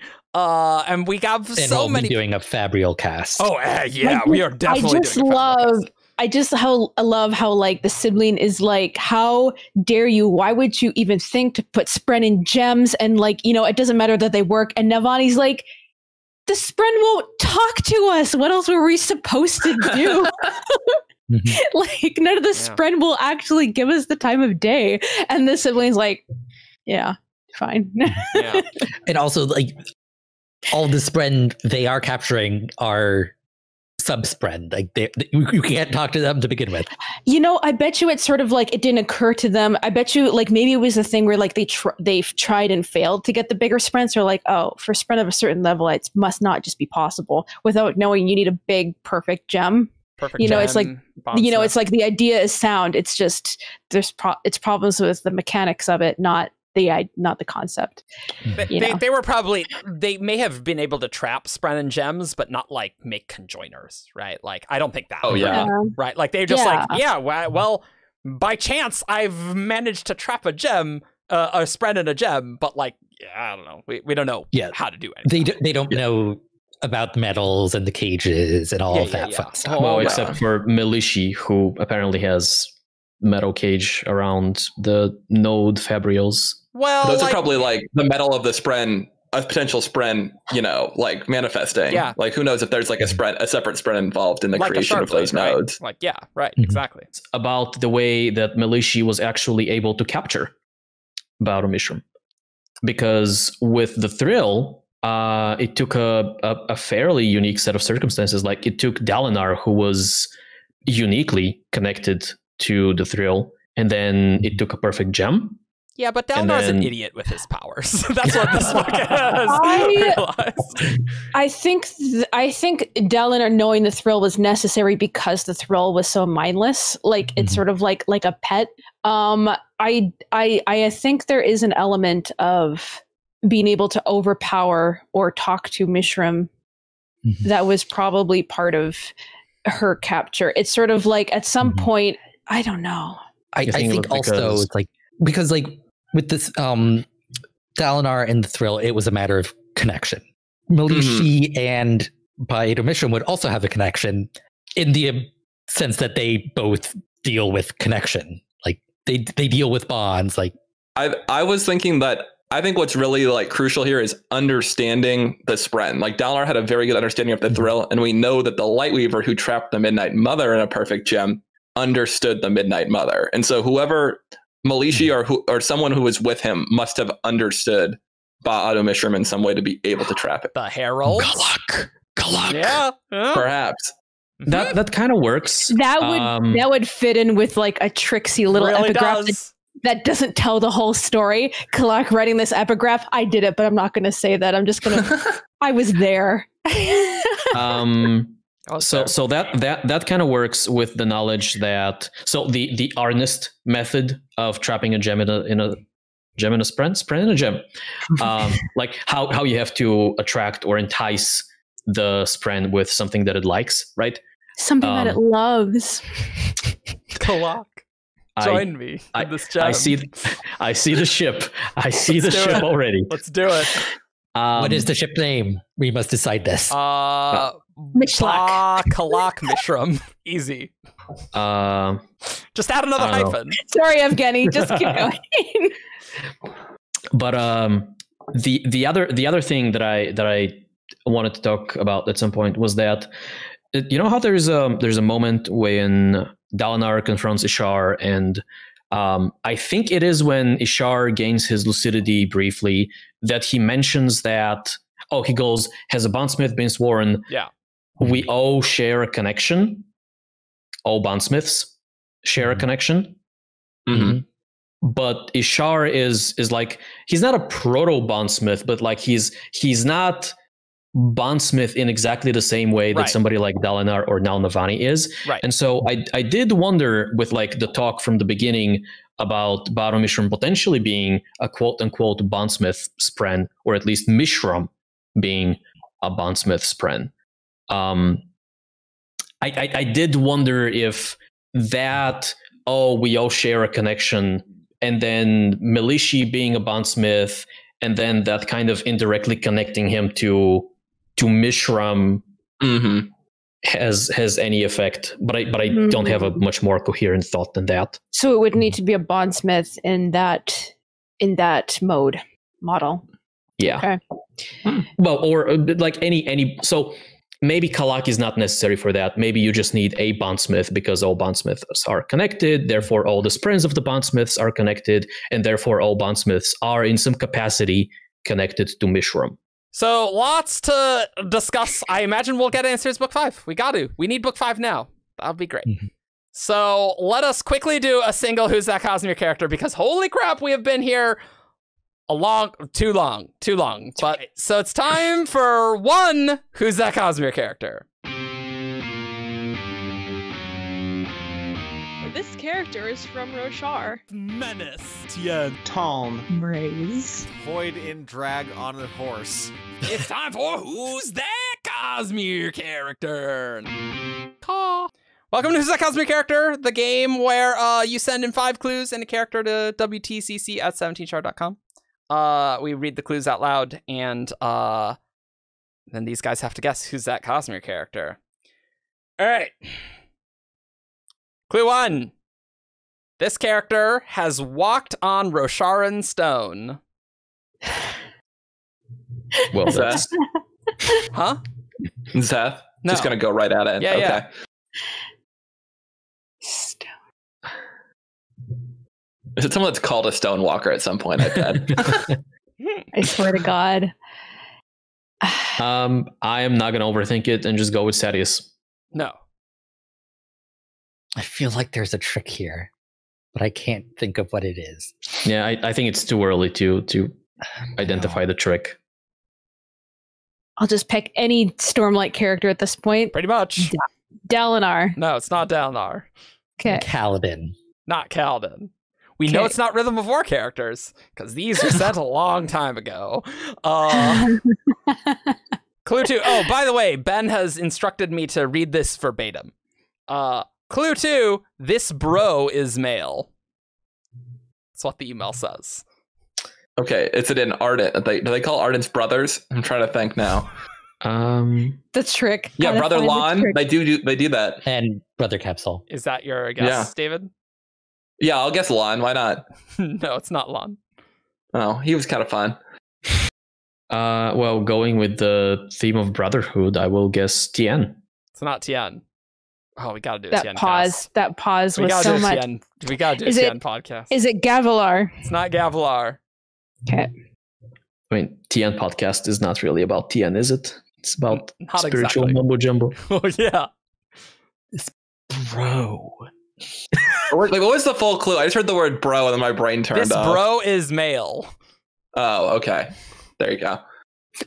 Your brain turned off. Yeah, I was just like, oh, okay. Ascended to brohood. Again, I think there's some sort of trick here. Just go for it, man. Has someone guessed Adolin yet? No, Nope. No. Adolin. it's not Adolin. Clue 3. This fella's eyes are pretty dark. This fella's. What's up with this like bro fella? I don't know. Like Ben they're wanted- all like, Is it Taln?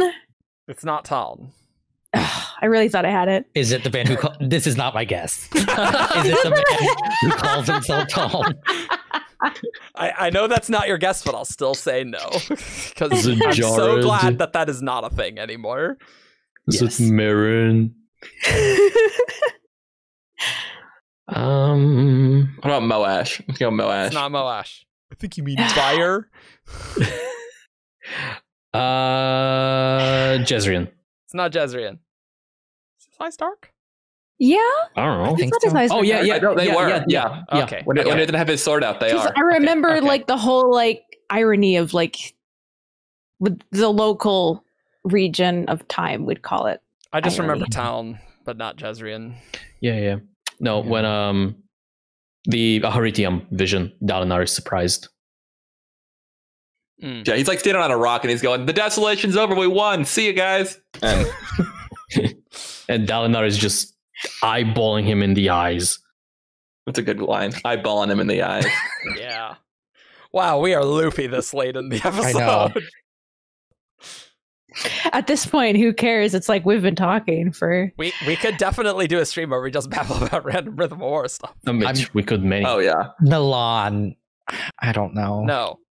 What color are Milan's eyes? I don't know. Okay, Did you guys But all I- guess? I Yeah, think so. I did. Okay. I did. Clue 4. This dude has a spear. Relaine? It's not Just because I Relaine. like him? Okay. Relaine's good. I like Relaine. Gotta do a Relaine podcast. Is it food? It's not food. Now I'm going through my mental list of bridge men. We did guess TN, didn't we? Yeah. We already did that, right? Yes. Yeah. Yeah. Okay. Okay, so I don't have a guess yet, but I think the trick is in the friendly word. So like, dude, fella, guy. Yeah. Stonewalker. Yeah, well, you know. that's Maybe. perhaps less relevant. I think I have it. Oh no. So I thought I had the perfect guess, but it's not perfect at all. That definitely is less than a perfect gemstone for sure. Mhm. No, because I was thinking, okay, so dude, guy, fella, friend, Galadon, but Galadon doesn't have a spear. It's not an acrostic poem. I was thinking of that. Well, no, because Galadon uses friend. Colo, my Mhm. friend. Yeah. Yeah. Well, not Sule. Sule, but Sule is it's Sule, yeah. But it's not Galadon because he doesn't have a spear. Do you think Galdon will be good with the spear because he will be good with the spear? Or should we just, as we talked about old wobs, just disregard that wob? the eternal cursed wob. Yes. You already guessed, Ian? I believe so. Okay. Yeah. I don't will. even remember. I'm guessing beard. It's not beard. Okay, I have two possibilities. I'm gonna guess Lopen. It's not Lopin. Okay. That was one of my possibilities. I know it was. I was like, this is okay. All right. Last clue. David, did you guess? Sorry. I did. Yeah. I Okay. guessed. I don't even know what. I think Relaine. Oh, yeah. Yeah. Clue 5. This here guy is afraid of Kaladin's Shashbrand. Oh. Is it Gaz? It's not Gaz. No, he doesn't have it. Oh, that was a bad guess. He doesn't have a spear. Damn it. He's got a mace. Afraid of the Shashbrand. Kaladin's Shashbrand. Did it I really can't help? help my other guess. Evgeni? No. I said who the hell? Oh. Oh no. I'm like, I can't. Like, I'd honestly help at this point. Like, I'm like, Lamaril doesn't have dark eyes, and he doesn't have a spear either. Like, No. who's afraid of Kaladin? Amaram, but he doesn't have dark eyes. Like it's got to be somebody who like reveals his brand and then goes, what the hell? But like, none of the slavers have spears. No, none of the slaves have spears. None of the slaves have spears. They made sure of that. Is it Vatha? It's not Vatha. Okay. I feel like that's a very good clue. It's just I don't remember. Has hella dark eyes. Who? I think This fella's eyes are pretty dark. it was Oh. pretty dark. Oh, No, pretty dark. Okay. how dark is pretty dark? Exactly. They're doing this on purpose to us. We should put a chess timer on who's that Cosmere character. Yeah. Just You're like, Jefferson Fast 30 Sonic. forward seconds. through it. Is it just me that's left, or No, I haven't I think guessed. Argent either. has guessed. Maybe it's someone not from Roshar, and that's the whole thing. And we're all just like, oh. Yeah, but it has to be somebody who's interacted with Kaladin. Exactly. What color are Vasher's eyes? Is he afraid of the brand? I don't think he's afraid of much. I don't think Yeah. he cares. And I feel like it has to be a Way of Kings character. Those are the worst. Or like a flashback character, maybe. He doesn't have his brands in any of the flashbacks, does he? Because the last one is when. Well, like post, like during his like escape attempt, maybe. But I can only think of one, and that's like him leading the attempt. Unless it's the slave owner who captures him there. This is the world's longest Who's That Cosmere character. It's not. No, it's not. We've gone. Is it not? No, I don't think so. Okay. This is all getting cut out in post. Yeah. Well, I mean, the breaks at least. Your discussions all going to be in there. I don't know. I feel like this is going to be a super obvious one. I just, as soon as they say it, I'm either. I feel like I'm not going to know who this is, actually. That is the other possibility, yes. As well as like, oh, I don't know who that is. I recently listened to the first part of The Way of Kings, and I don't remember anybody reacting with shock to Kaladin's brands that fits the other clues. But it could be in the second part of the book. There's reaction at the beginning of Words of Radiance 2 to the Shash brand a little bit, because it's like, oh, a Dark Eyes captain who has the Shash brand. Eric's face is like, please say Infinitely patient. I was just looking at this Coppermind article of the person. Yeah. Let's see. Let's zoom in on his reflection. See if we can catch it in the On my glasses. face. Enhance. NCIS, enhance image. I concede. See, make a guess. I literally cannot come up with a guess. Okay. Liren. It's not Liren. It's Bluth. I knew it was one of those group. Okay, it's fine. Finally, he was afraid of Kaladin at the beginning of Way of Kings, so I don't know what you're on about, David. Does he have a spear though? I thought they had clubs. I think. Yeah, I thought they have maces. Well, I think they did. Well, I don't know about that. Maybe he had a spear when they were defending against it, because Bluth dies, right? Oh, yeah, he might have had a spear in Words of Radiance. He's got a club in Way of Kings. Yeah. I think that's what it is. But I don't remember him specifically have a spear. I don't have like any train of what the bro like fella things was, but you guys definitely were fooled by that mattering, which it was not. I mean, it's not an acrostic poem. I tried. Well, no, I'm trying to decide if it's an acronym. BFDH. You needed a vowel in there. Okay, fine. Yeah. Because I'm like, is there like somebody who's has bro in their name? Like, I'm gonna Coppermind this up later. What if it's the life brother? Hey, we still know nothing about that. that. Guess was going to be Demo, and then we got the last clue. I'm like, Demo never interacts with Kaladin, so it can't be him. No, I thought of the caravan guards like from the introduction of Kaladin post Stormblast, but they all had maces, so I'm like, I don't remember if Bluth actually has a spear, so and I don't think Ben checked this either, so I'm gonna assume that this is accurate. So comment below if James did something wrong. I don't know.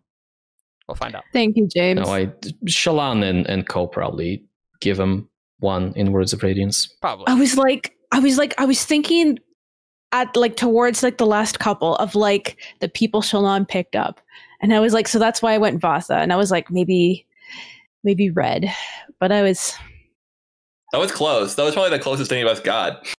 Yeah. Yeah, I know. I was like, oh wow, you're really close with that. It's like, oh no, rip.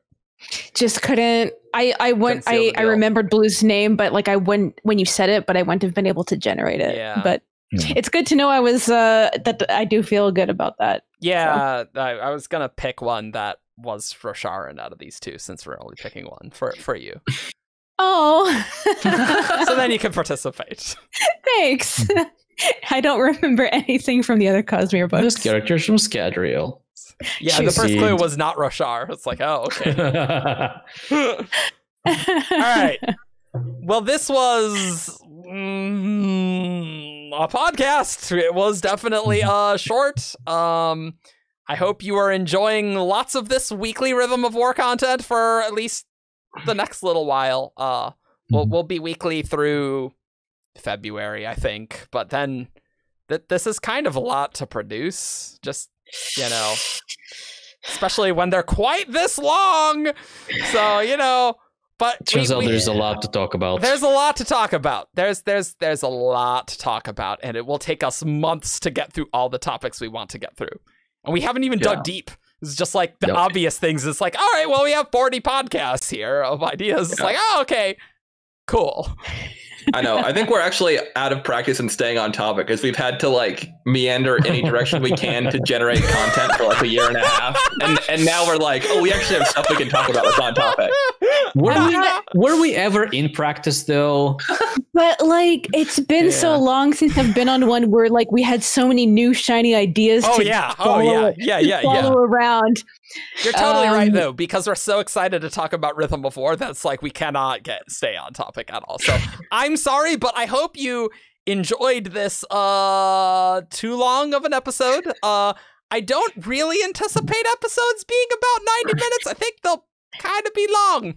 Maybe not this long, but we'll find out. For a little while. Hopefully not this long. Yeah, me too. Have fun editing this. Probably me who's editing this. Yay. All right, follow us on wtcc.com for all your news, discussion, theories, and fun that you could want about all of Rhythm of War and Stormlight. We got a big section of Rhythm of War stuff.